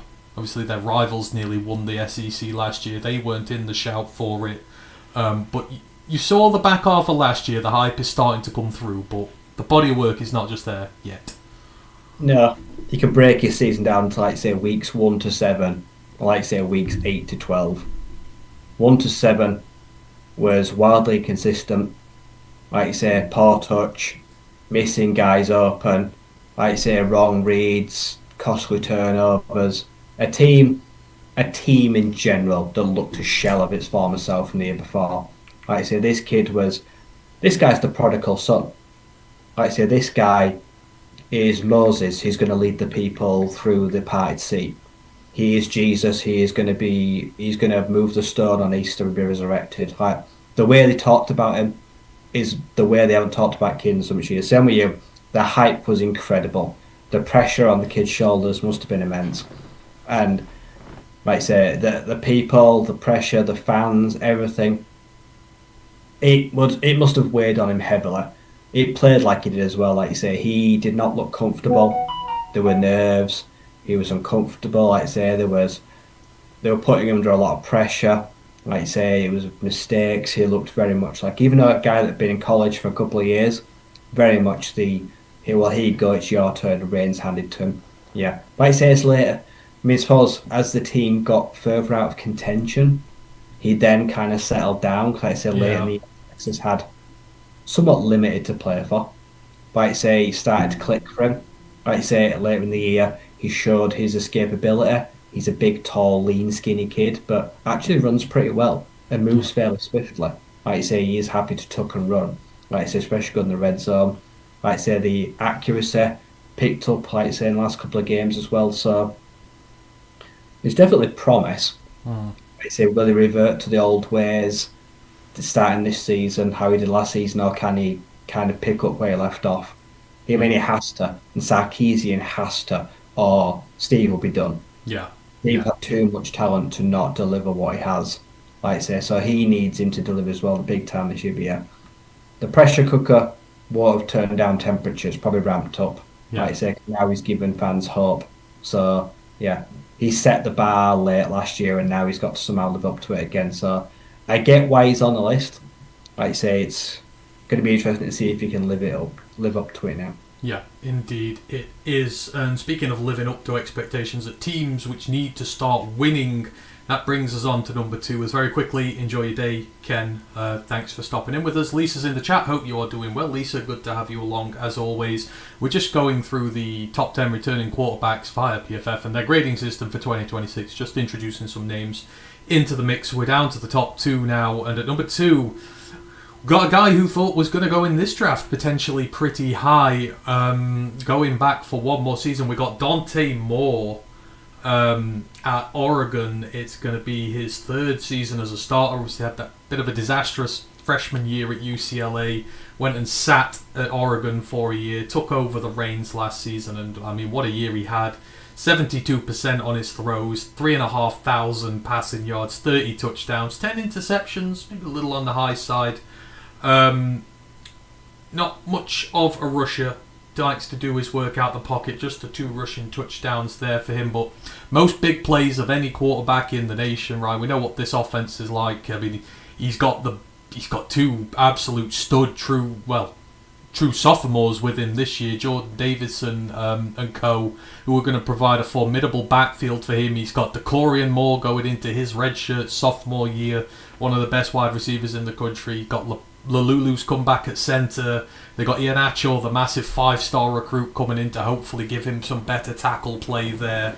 I mean, maybe a bit surprising he did go back like Chambliss did with this being a weaker class, but he obviously feels like there's something to prove there. Maybe cut down on the interceptions a little bit, but more importantly, the big games. Oregon have got to do something. Like, for years now, Oregon have disappointed, whether it be them losing to Washington when they were back in the Pac-12. Now they're kind of they've slipped behind in the big. They can't take that final step to stardom, which has been their problem, and he wants to be able to do that for them. It's a big opportunity for him here. In a year, you feel that Oregon have to start, producing results, like bona fide ones. If I were doing this list, he probably would have been number 1. And this is a curious case because for me, his stock can't get any higher. The Jets were probably nailed on to take him at 2. I don't believe, like say, he didn't want like the teams at the top of the draft, so he came back. Because there's a good chance most of them are going to be back there again in the top 5, so he's not going to avoid them. And the risk reward of him risking injury to come back on a personal mission. I'm with you. Losing big games, not doing well in the postseason. He feels like he's got personal unfinished business that he needs to do because the stock won't increase. So I think ultimately this could be a big mistake. And I think he could only hurt his stock if he did, like say, show any flaws this year. It would slide a little bit, but I respect that. Like I say, it's a super talented team. Like I say, he's got a chip on his shoulder. Dan Lanning's got to start winning the big games when it matters this year, especially, like I say, towards the postseason. Yeah, incredibly gifted quarterback. The physical tools are there. The arms there, the deep ball, nice touch. Gets lots of air under the balls. Like I say, he's a big homegrown kind of guy that has got a very talented deep core moving forward. So all the traits are there. He's a very fast processor, gets through the reads quickly, spreads the ball well. Like I say, it's a well-built offense. Yeah. Yeah. Just got to deliver this year. That's all he's got to do. Yeah. At least get them back to where they were this year. But ultimately, if he's come all this way back to risk injury and, like I say, affecting his stock, then he has to go further. I think it's the only mark against Lanning right now. He recruits well, he does his teams well, he creates great teams, but they melt when they're really under pressure. I remember those Pac-12 games; they were really favoured. Oh, so it was Utah they kept losing to, and they used to be always favoured by him, and they could just never get by that Utah team. Then the Washington team, and now, it's just, yeah, that's all they've got to do. But I'm with you. I think he will have a good year, but it is a risk for him. We will see what happens. And then at number one, your number one returning quarterback in the country via PFF with them. Obviously, it is Julian Sayin out of Ohio State, the redshirt freshman last year, set records, throwed at 77% completion, 3,610 passing yards, 32 touchdowns to 8 interceptions, so 4-1 as a freshman is incredible. His 77% completion, it's the third highest rate in college football history amongst freshman QBs playing their first season as a starter. Only Bo Nix and Mac Jones have ever done better as a freshman, but his accurate throw rate, over 74%, that is a single season collegiate record altogether as a freshman. And he just had an absolutely wonderful year in that Ohio State side, which ultimately came up against an absolute buzzsaw in Indiana. But for a freshman, Rye, I think he kind of exceeded all expectations. Obviously, you are filled with superstar receivers and that to work with. It's not the hardest gig there at Ohio State, but I mean, he did about as well as a freshman could, and he is accurate as well. He doesn't run, he stands, he delivers, he throws bombs all over the field, and, quite rightfully so, incredibly talented. Yeah. Like you say, you can take a horse to water, but you can't make it drink. You can give quarterbacks all the elitist talent in the world, and it doesn't mean they're going to make the most of it. But this kid, I mean, just the poise for such a young man. Like I say, he is with you, pure solid pocket passer, but the way he drops back like a 10-year veteran in the league, he feels, he's got his eyes, like say, inside of the head. He knows where the pressure's coming from. He knows when to flush. He knows when to throw it away. He knows when to live it and fight another day, not put ball in harm's way. Incredibly accurate, a laser arm. He's got a fastball. He's got touch. He's got everything you need from a quarterback. The Heisman is his to lose. Right now, it's his, and it's someone else's job to take it away from him. Yeah. I expect him to put up same, if not, like I say, maybe a drop off, but the numbers will be there. Like I say, there'll be very few turnover-worthy players. The accuracy will be incredibly high. Like I say, it'll be another name full of receiver cores, like I say, that he does his best with. They're going to be one of the best units all season. I expect him to work on it. Very few flaws these games last year. Yeah. Like I say, there's not a lot for him to work on. It's just, don't get complacent, kid. Yeah. Like I say, you've had a very rare, true, like I say, freshman season, and now you've got to follow it up. Like I say, be interesting to see what happens after, like I say, Ohio State have lost some coaches. They've lost some leaders on that sideline. So how does he respond? But now we just need to see him step into those shoes of a young man, but now needs to take on maybe a larger voice, be more of a presence. But yeah, it's just, yeah, I'm with you. Like I say, should win the Heisman. And with a year like that in, then yeah, no reason to stay in college any longer. First overall pick, teams clamouring for the kid. They'll be fighting tooth and nail to trade up to number one to take him. Yes, they will indeed. I'm looking forward to seeing year 2 of Julian Sayin. As I say, definitely one of the guys who's going to be out there. Lisa says, I think Dante Moore did the right thing going back to school. Potentially, if he gets him up to a natty game or something like that, you could be looking at the guy who does it. For sure, it's going to be fiercely contested next year's QB class. Potentially. Could be very fiercely, because there's going to be a lot of these guys who've got to go, and there's a lot of guys on the outside. So just to quickly round off the top 10 again. So Noah Fafita of Arizona at 10, Darian Mensah of Miami at 9, Sam Levitt of LSU at 8, Brendan Sorsby of Texas Tech at 7, 6 is Jaden Maeva of USC, 5 CJ Carr Notre Dame, 4 Trinidad Chambliss of Ole Miss, 3 Arch Manning of Texas, 2 Dante Moore of Oregon, and 1 Julian Sayin of Ohio State. Are there any names that should be on there that are not, or are there any names that you think will creep up on there during next season?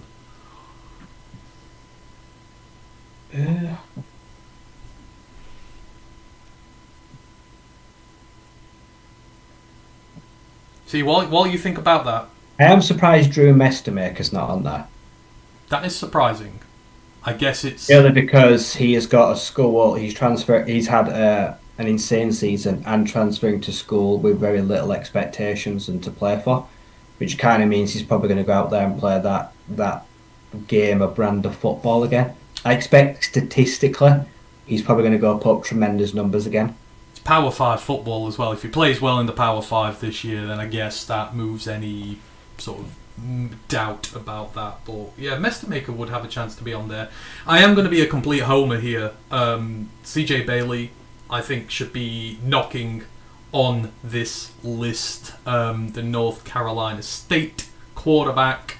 I absolutely love him. Over 2 years, he's been playing since he was a freshman. He's at 5,500 passing yards now with 67% completion, 42 touchdowns, 19 interceptions, which is the only issue, but he'll work on that. He's got 11 rushing touchdowns as well. For me, he's just in this like elite class where he's got the legs to get out of trouble if he needs to, but he's just got this absolute rocket of an arm, which he can use to great effect. I mean, you've seen wide receivers two years in a row now. We've sent wide receiver to Tamu last year. We've sent one to Alabama this year. He Justin Joely's coming to the draft. He's going to do really well. He elevates the talent around him and makes them look tremendous. And the fact that we've hung on to him for his junior year is like I thought he was gone. Considering we've lost all our other top stars this year, I think CJ Bailey should be in that conversation. If not, he'll certainly be in there. Surprised Bear's not the honourable mention. Bear, possibly, yes. Gunnar Stockton was the honourable mention, but I'm not including Gunnar in this. You're not involved, Gunnar. But Bear, certainly, that's a good shout. I think Bear will be in it next year as a true junior if he replicates what he did in year 1. So I would expect. I don't know how it's going to go. But Byron Brown. Ooh, yeah, that's obviously.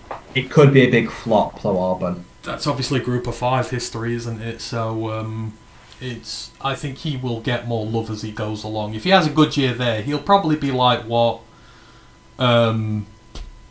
Taylor Green is this year now. He'll be in that mould. Obviously not as freakishly athletic as Taylor Green did, but that kind of dual threat guy. He's probably got a better, more consistent arm than Taylor Green as well, so he'll offset against that. I think he'll be in that day 3 conversation for sure. If not a little higher, depending on how well he does with Auburn. So, yeah, I'm with Demond Williams. I was super happy. He finished last season, kind of mid. Started the year real hot. I'm still high on him. Yeah. I mean, yes.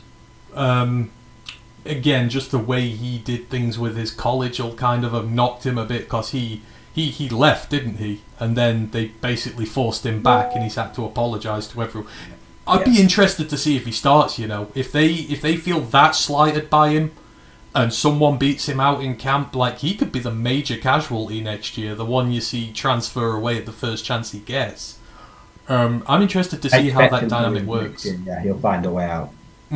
If he returns it, then that'll be great. But I think he's going to be in a little bit of bother there. But those are some of your QB prospects who are going back to college next year. As Stephen Baffy's in the chat, he goes, LFG, my UK Lion brothers and sisters, tuning in from just south of Detroit, Michigan. Hope you are doing well there, Stephen. Thank you for joining. Right, we're going to do the receivers now. So we're going to take a look at some of the better receivers coming back into college next year. And, no guessing who's probably going to be near the top of this.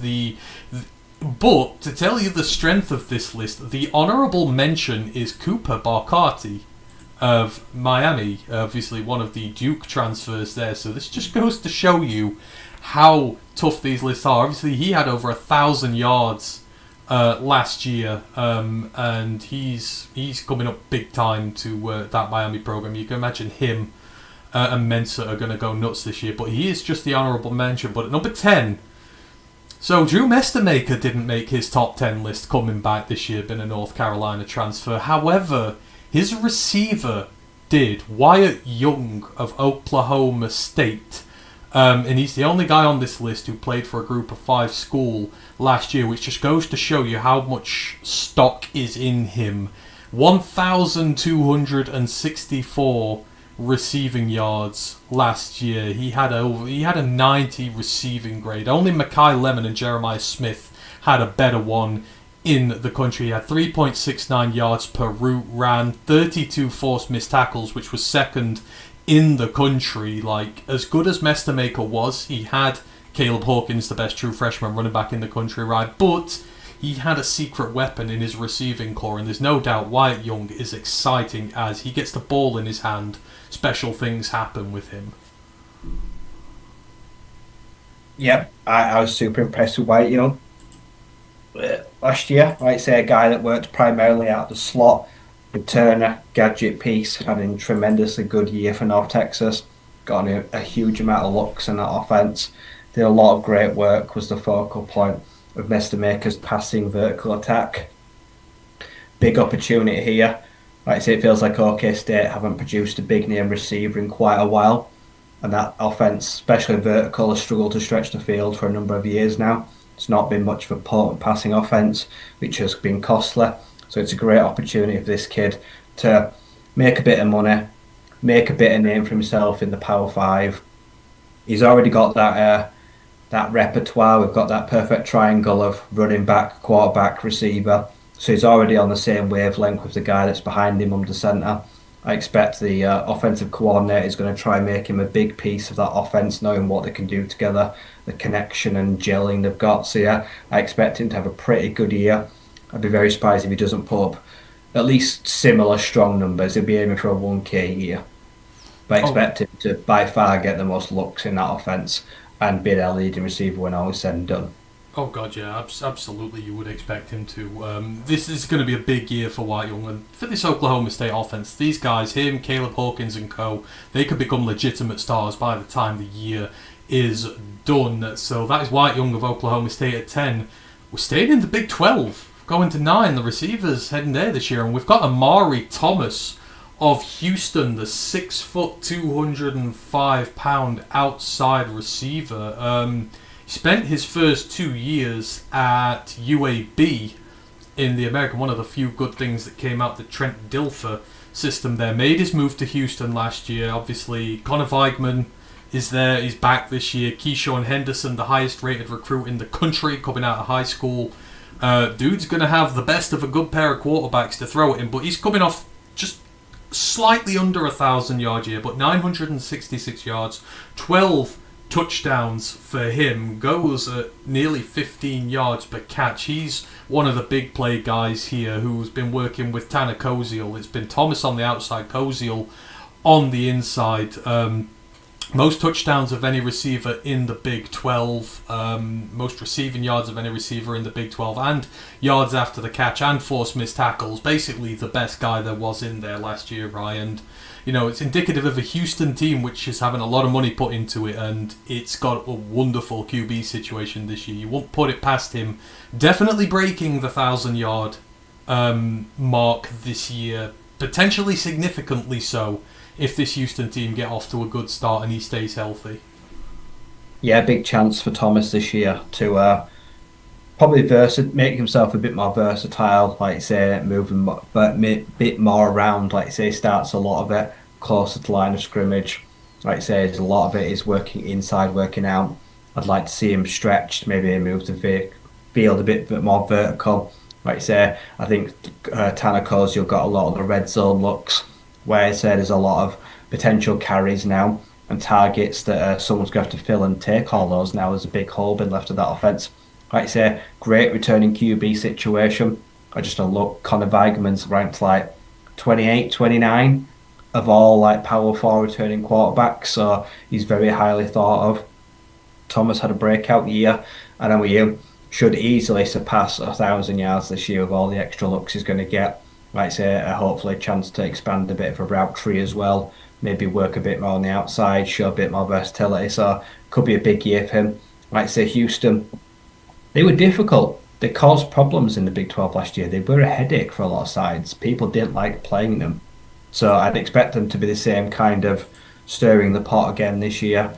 Like I say, trying to cause potential upsets, and they will have Big 12 title games aspirations themselves. Yeah, be a big game for them. Maybe a big season for him. I think Thomas is going to be leaned on even heavier than he was last year. Yeah, he absolutely is. I'm looking forward to seeing him again this year.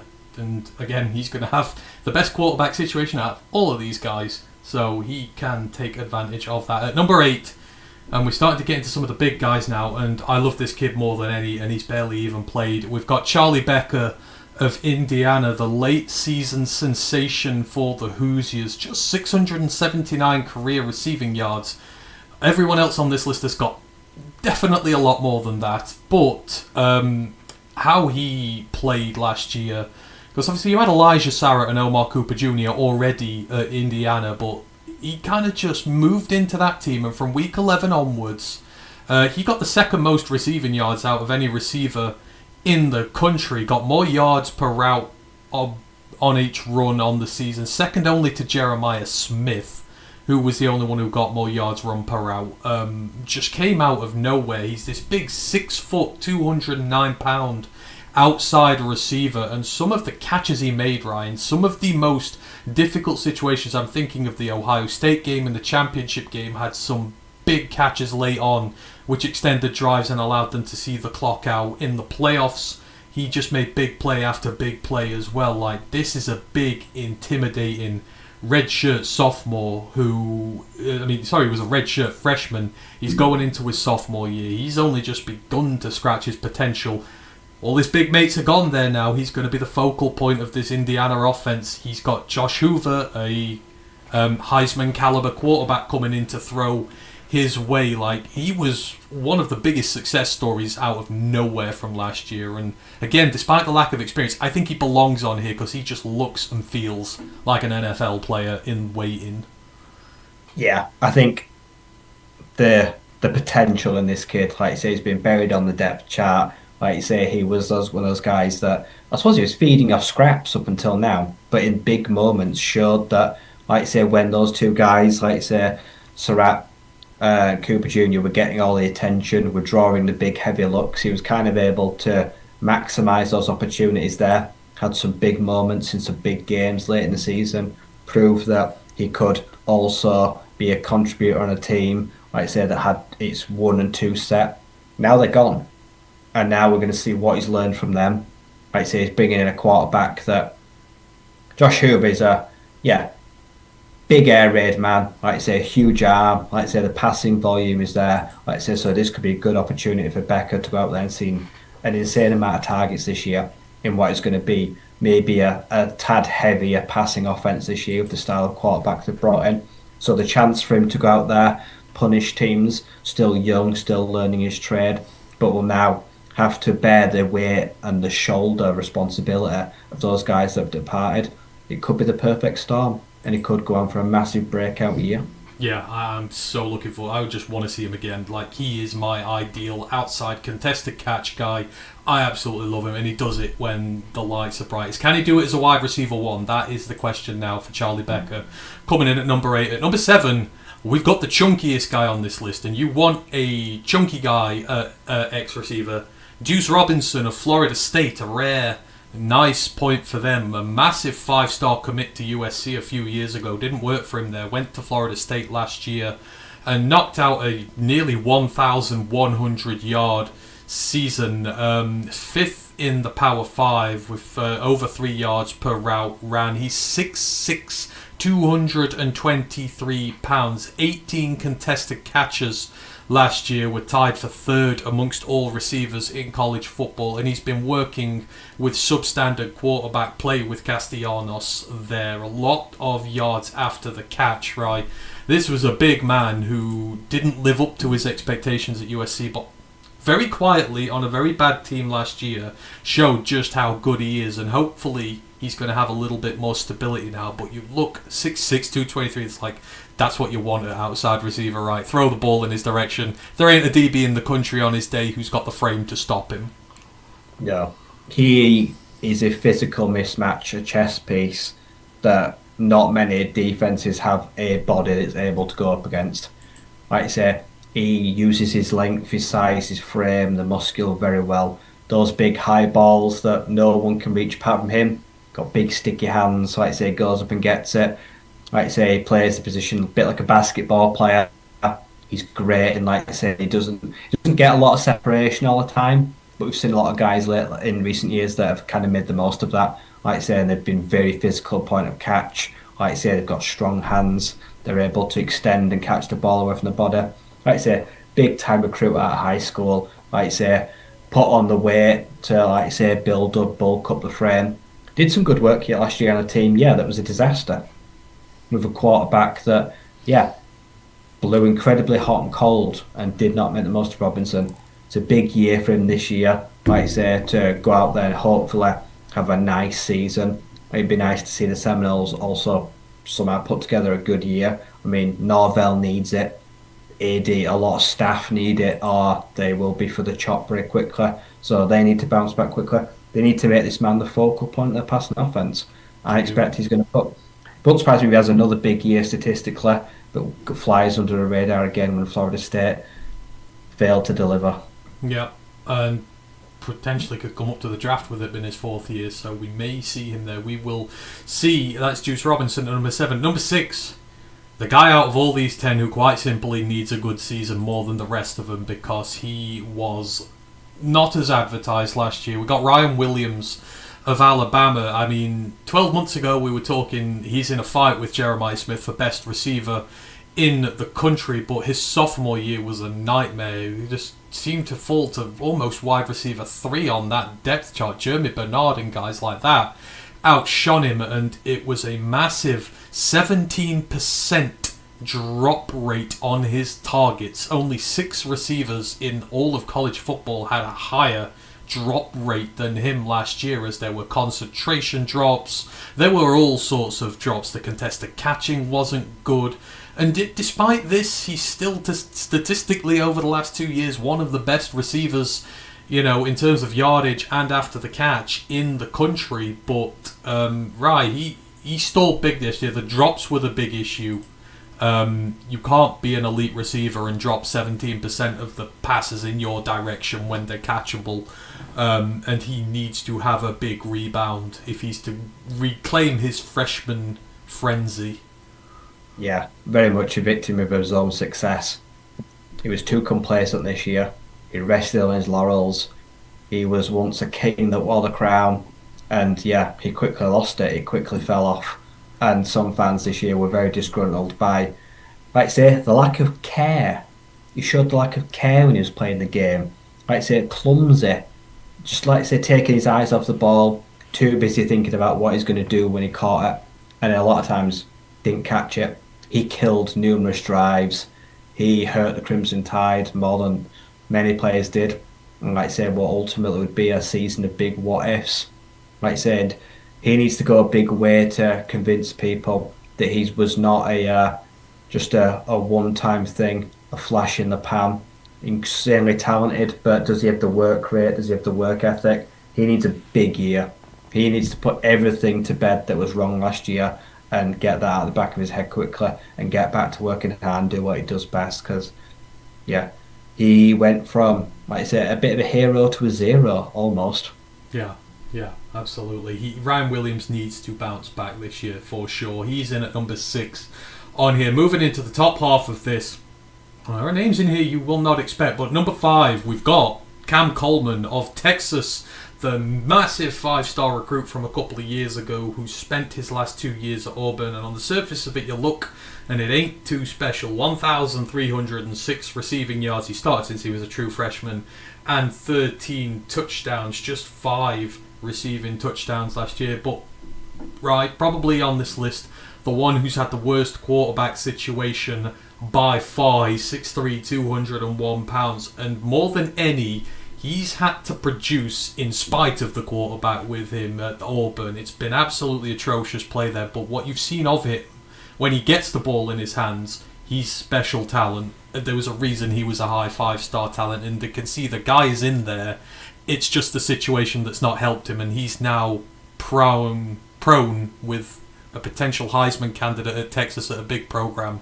This is like a year you could feel that's going to be incredibly special for him because he has the talent. He's just not had the room to prove it at Auburn.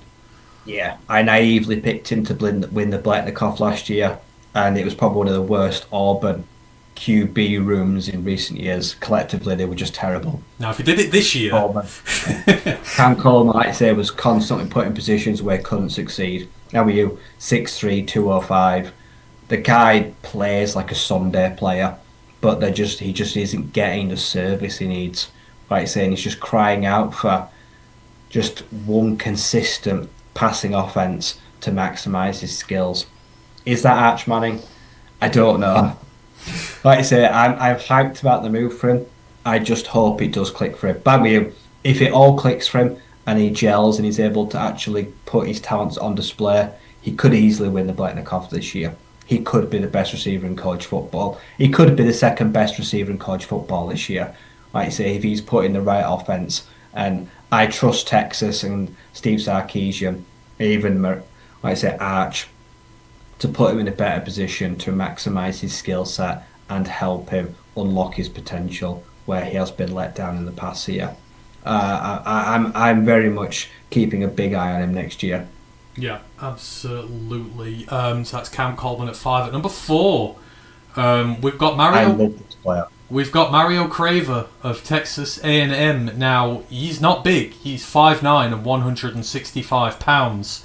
But he's special, and he's the yak master of all of these. So him and Casey Concepcion this year have been absolutely phenomenal. He had 917 receiving yards last year. Initially a misstate player, but yeah, 917 receiving yards, 4 receiving touchdowns, had a rushing touchdown as well. They utilise him like a proper small guy. He's in the backfield, he's on jet sweeps, they try and get him out into space, but he was absolutely special. 575 yards after the catch, which was 3rd in the entire Power 4, 22 forced missed tackles, which was 5th.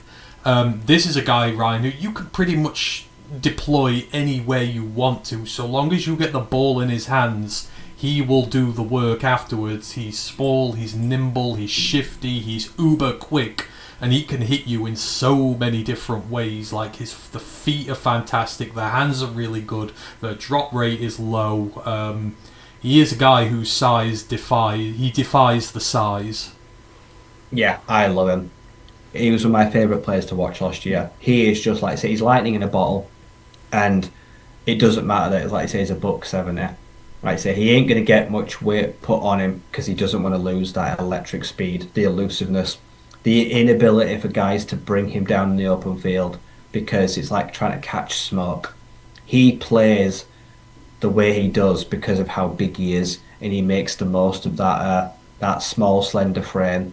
He's incredibly twitchy. Like you say, he's got a good juke, spin move. He's got great footwork. Just a kid that, yeah, kick returns, punt returns, jet sweeps, rushes, slot, deep ball, got everything.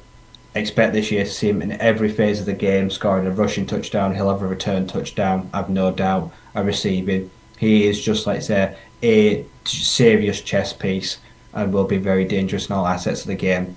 And I think as a big utility player, has a very bright future in the game. I think he's going to put up some big numbers this year, big yak, a lot of scrimmage yards, like I say, and should hopefully rack up a lot of scores for.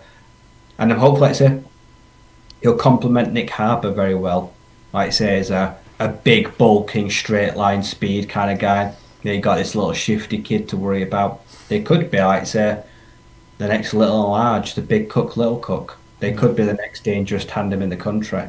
Absolutely, they could be. And actually, quickly thinking about it, I don't know why Tamu's quarterback's not in that top 10 for next year. He's going to have a good one. He's going to have a good one throwing at him. I think he should certainly have been in that conversation. But yeah, Mario Craver's there at 4. He is just money with the ball in his hands. We're getting to the top 3, and a sentence that will not have been uttered much in history in terms of top 3 wide receivers. We're going to the Big Ten, and we're going to Rutgers. I mean, Rutgers had one of the best. This player has reminded me of a player that should be in this list. That I'm upset is not in this list. Yeah, I mean, Rutgers. I mean, they lost Ian Strong to California this off-season. Where is he here? He should be here. Oh god, yeah, his teammates should be in, yeah, for sure. But we're talking about, in this case, KJ Duff of Rutgers. 6'6", 225 pounds. He is built like Deuce Robinson. Is had 1,084 receiving yards last year.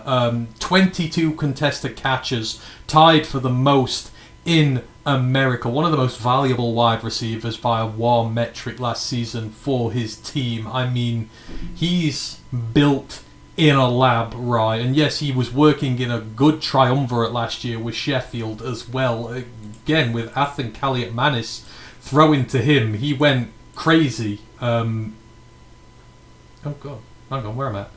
I've lost the screen. There we go. Sorry, mile marker. I'm back on again. When I switch between. But yeah, Duff, right. I know we'll talk about Strong in a minute, but there's no doubt in KJ Duff's credentials on his own right. Like, he is one of the best big-bodied ex-receivers in college football. And again, having to work in a situation where the QB play is not the best, in a conference where you come up against some of the finest DBs in college football as well. Yeah, like you say, this guy is the physical tools are unreal. Like you say, he's someone that is just dominating. Like you say, the contested catches equal Juice Robinson's 22. These guys work best in a phone box.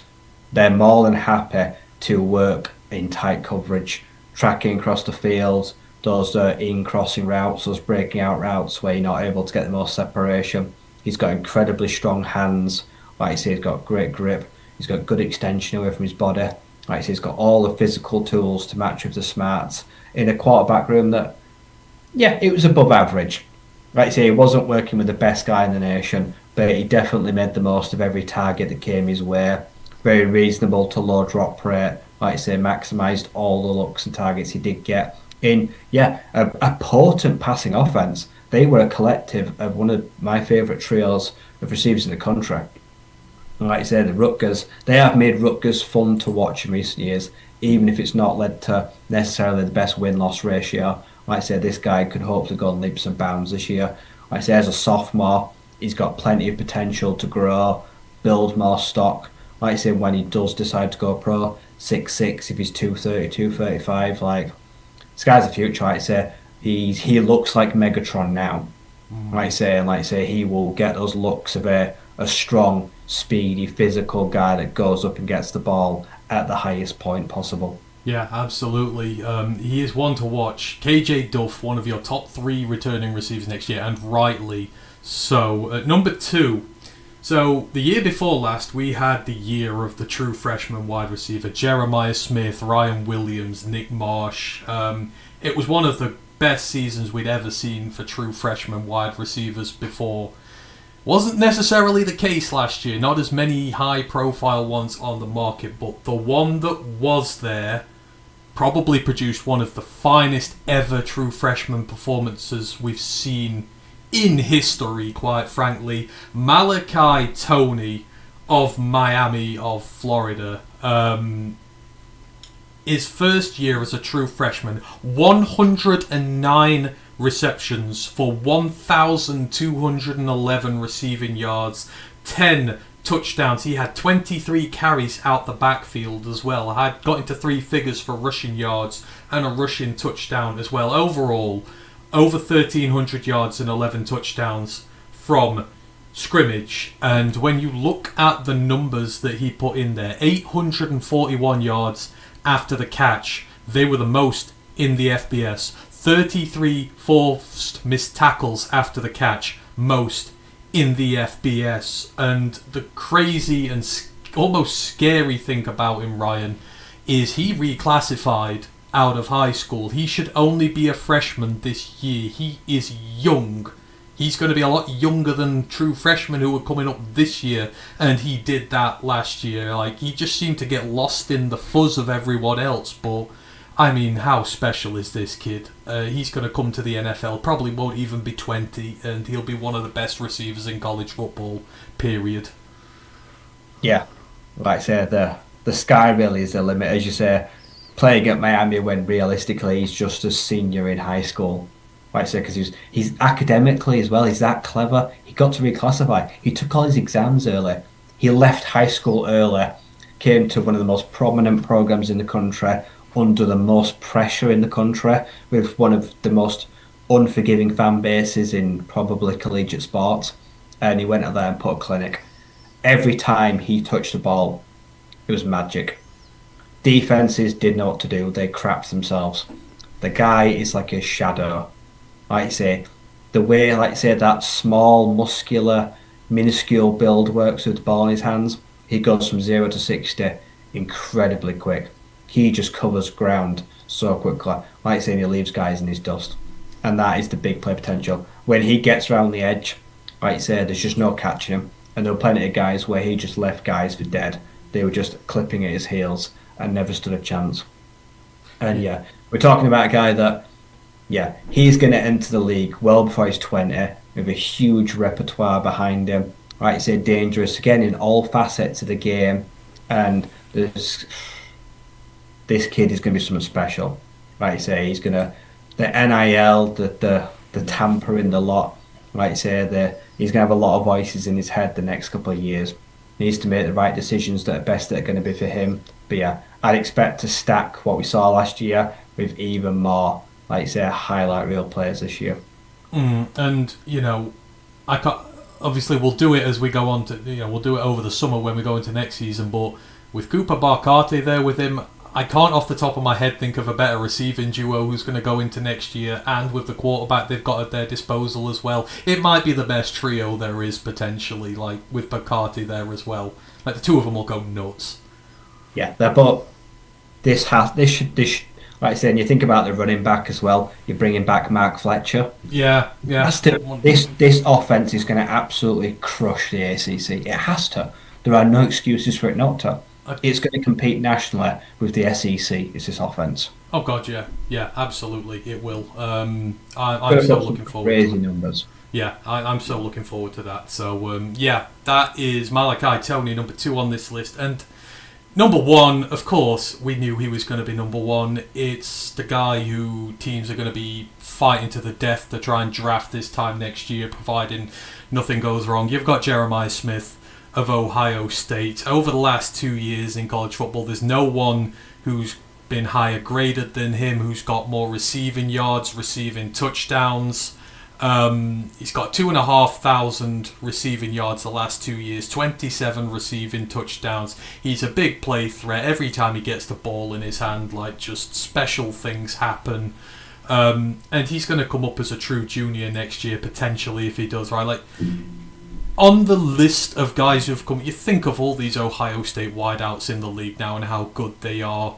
The scary thing is Jeremiah Smith has the potential to be much better than all of them who've come up so far. He is literally that good. He's lived up to the billing since day one. He's not going to see a fourth season in college football unless he gets injured. Yeah.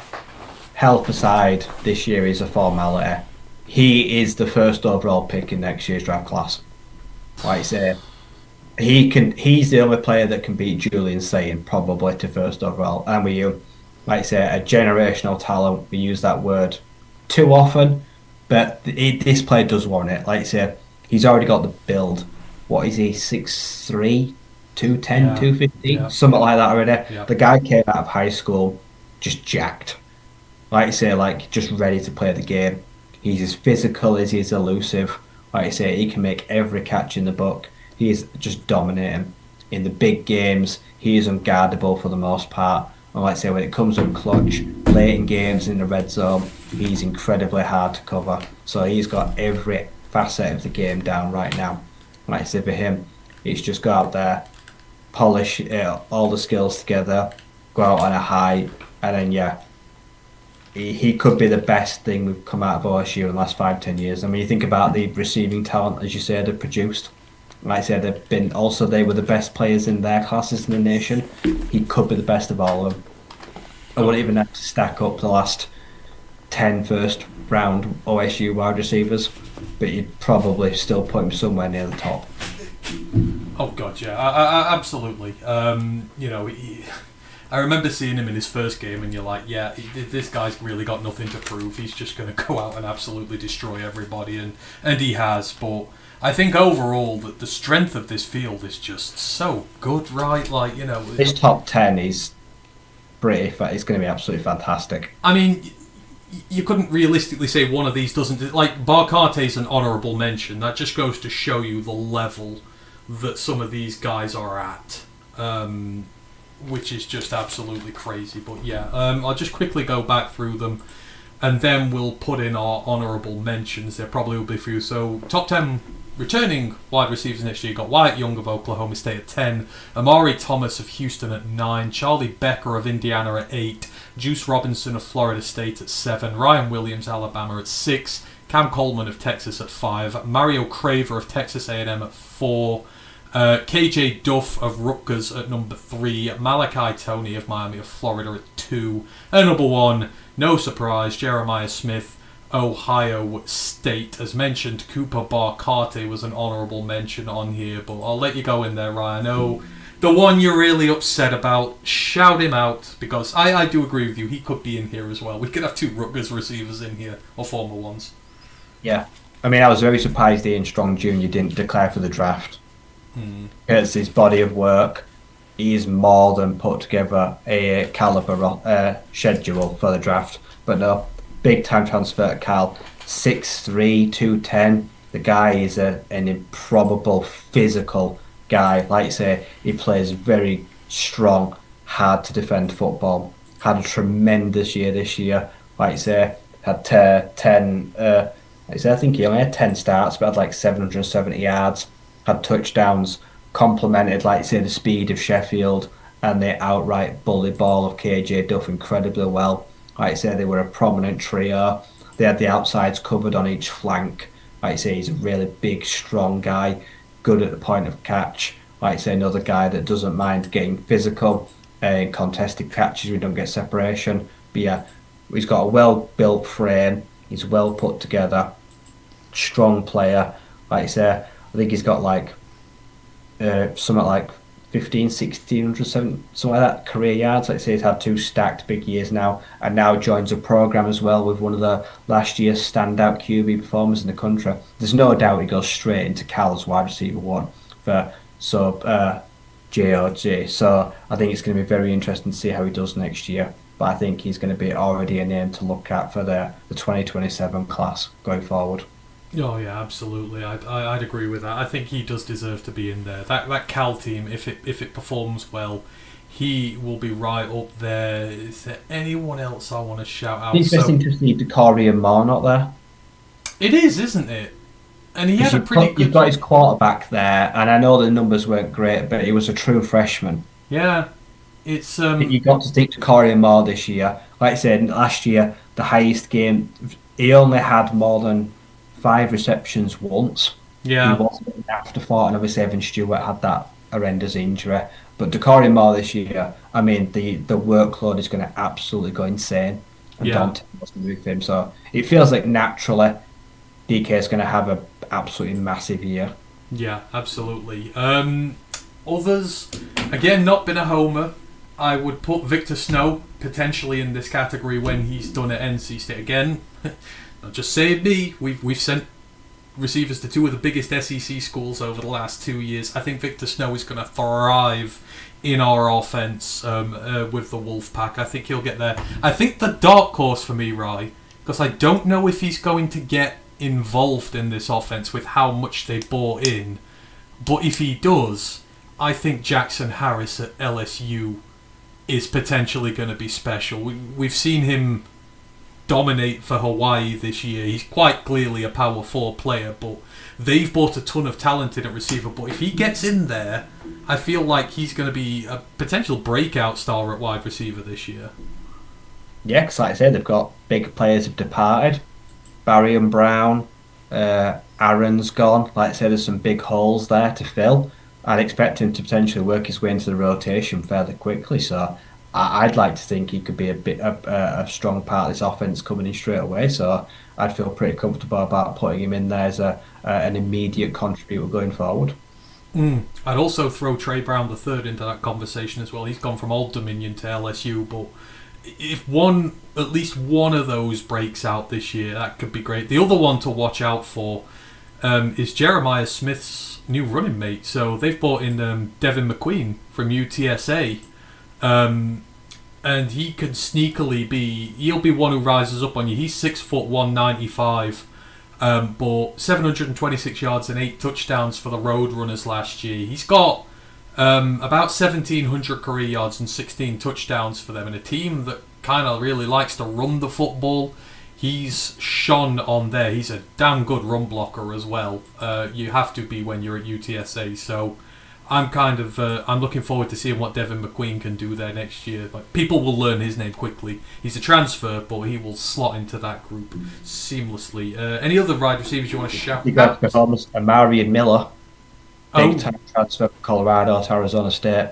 yeah, They say he had 808 yards and 8 touchdowns last year on just 45 catches.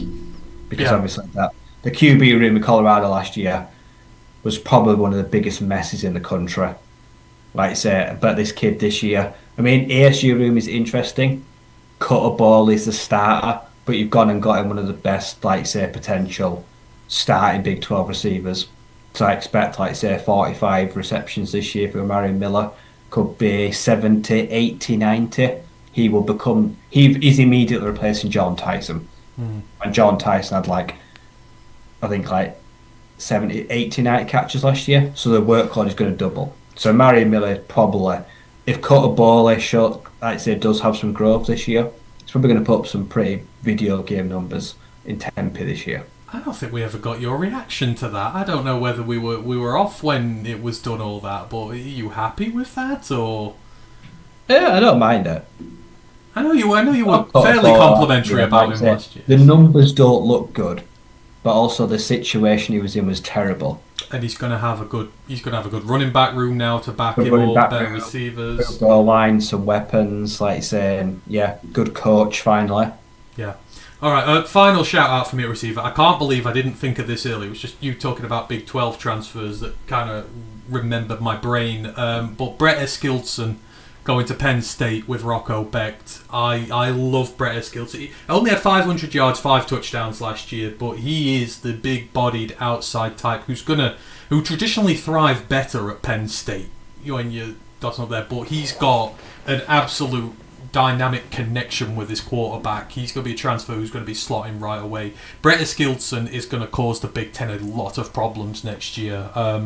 And this time next year, if he's a top 10 returner, it would absolutely not surprise me when he's said and done. So Brett Eskildson is another one I would shout out there at receiver. Right. Anyone else you want to shout out there?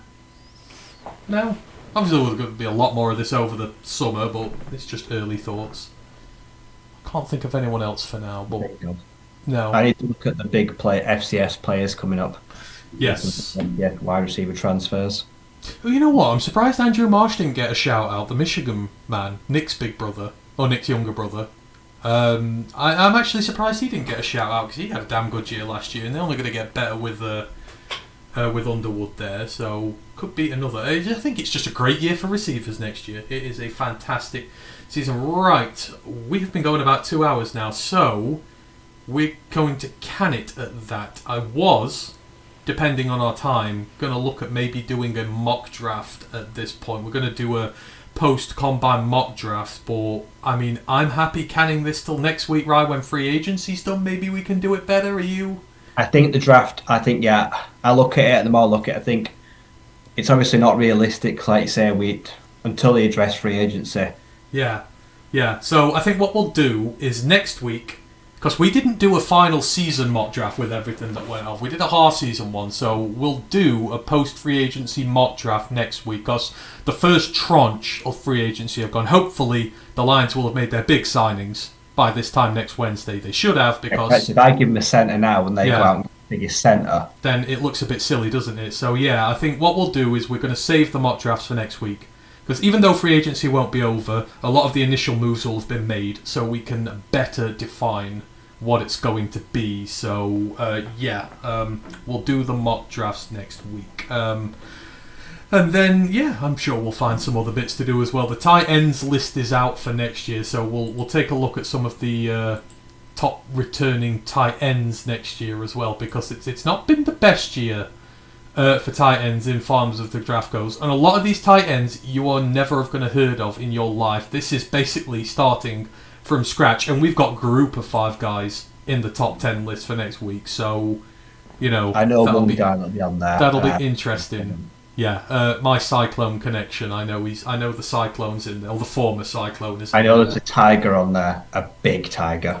A literal tiger, folks. There's one team has got a tiger playing tight end.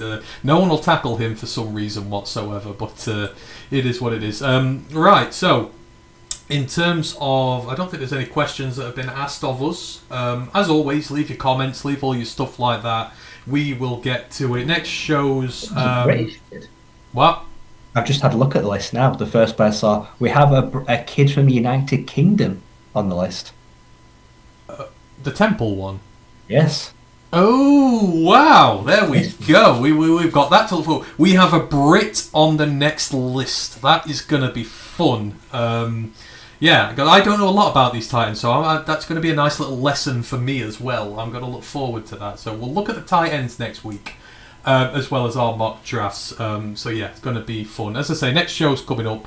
I will do a Q&A either tomorrow or Saturday. We will see. The next main Roar of the Lions UK pod will be Monday. It will be Free Agency Frenzy, so we're going to be live. We go live about an hour before Free Agency Frenzy opens, so we will live react as the deals come in. We've done it for the last few years. It's one of my favourite streams of the year, where we get to read and react to all the deals as they come in. The Lions have a lot of business to do this year, so I'm expecting a lot of movement on that first day. And then, of course, me and Ryan will be back probably next Wednesday, which will be the first official day of the league year, so all this stuff will have gone through. We have plenty of stuff coming up for you. Just remains for me to thank Ryan, as always. We shall see you again in a week's time. Thanks to everyone who's joined us this evening, and have a good one. We shall see you again soon. Have a great weekend, all. One Pride worldwide.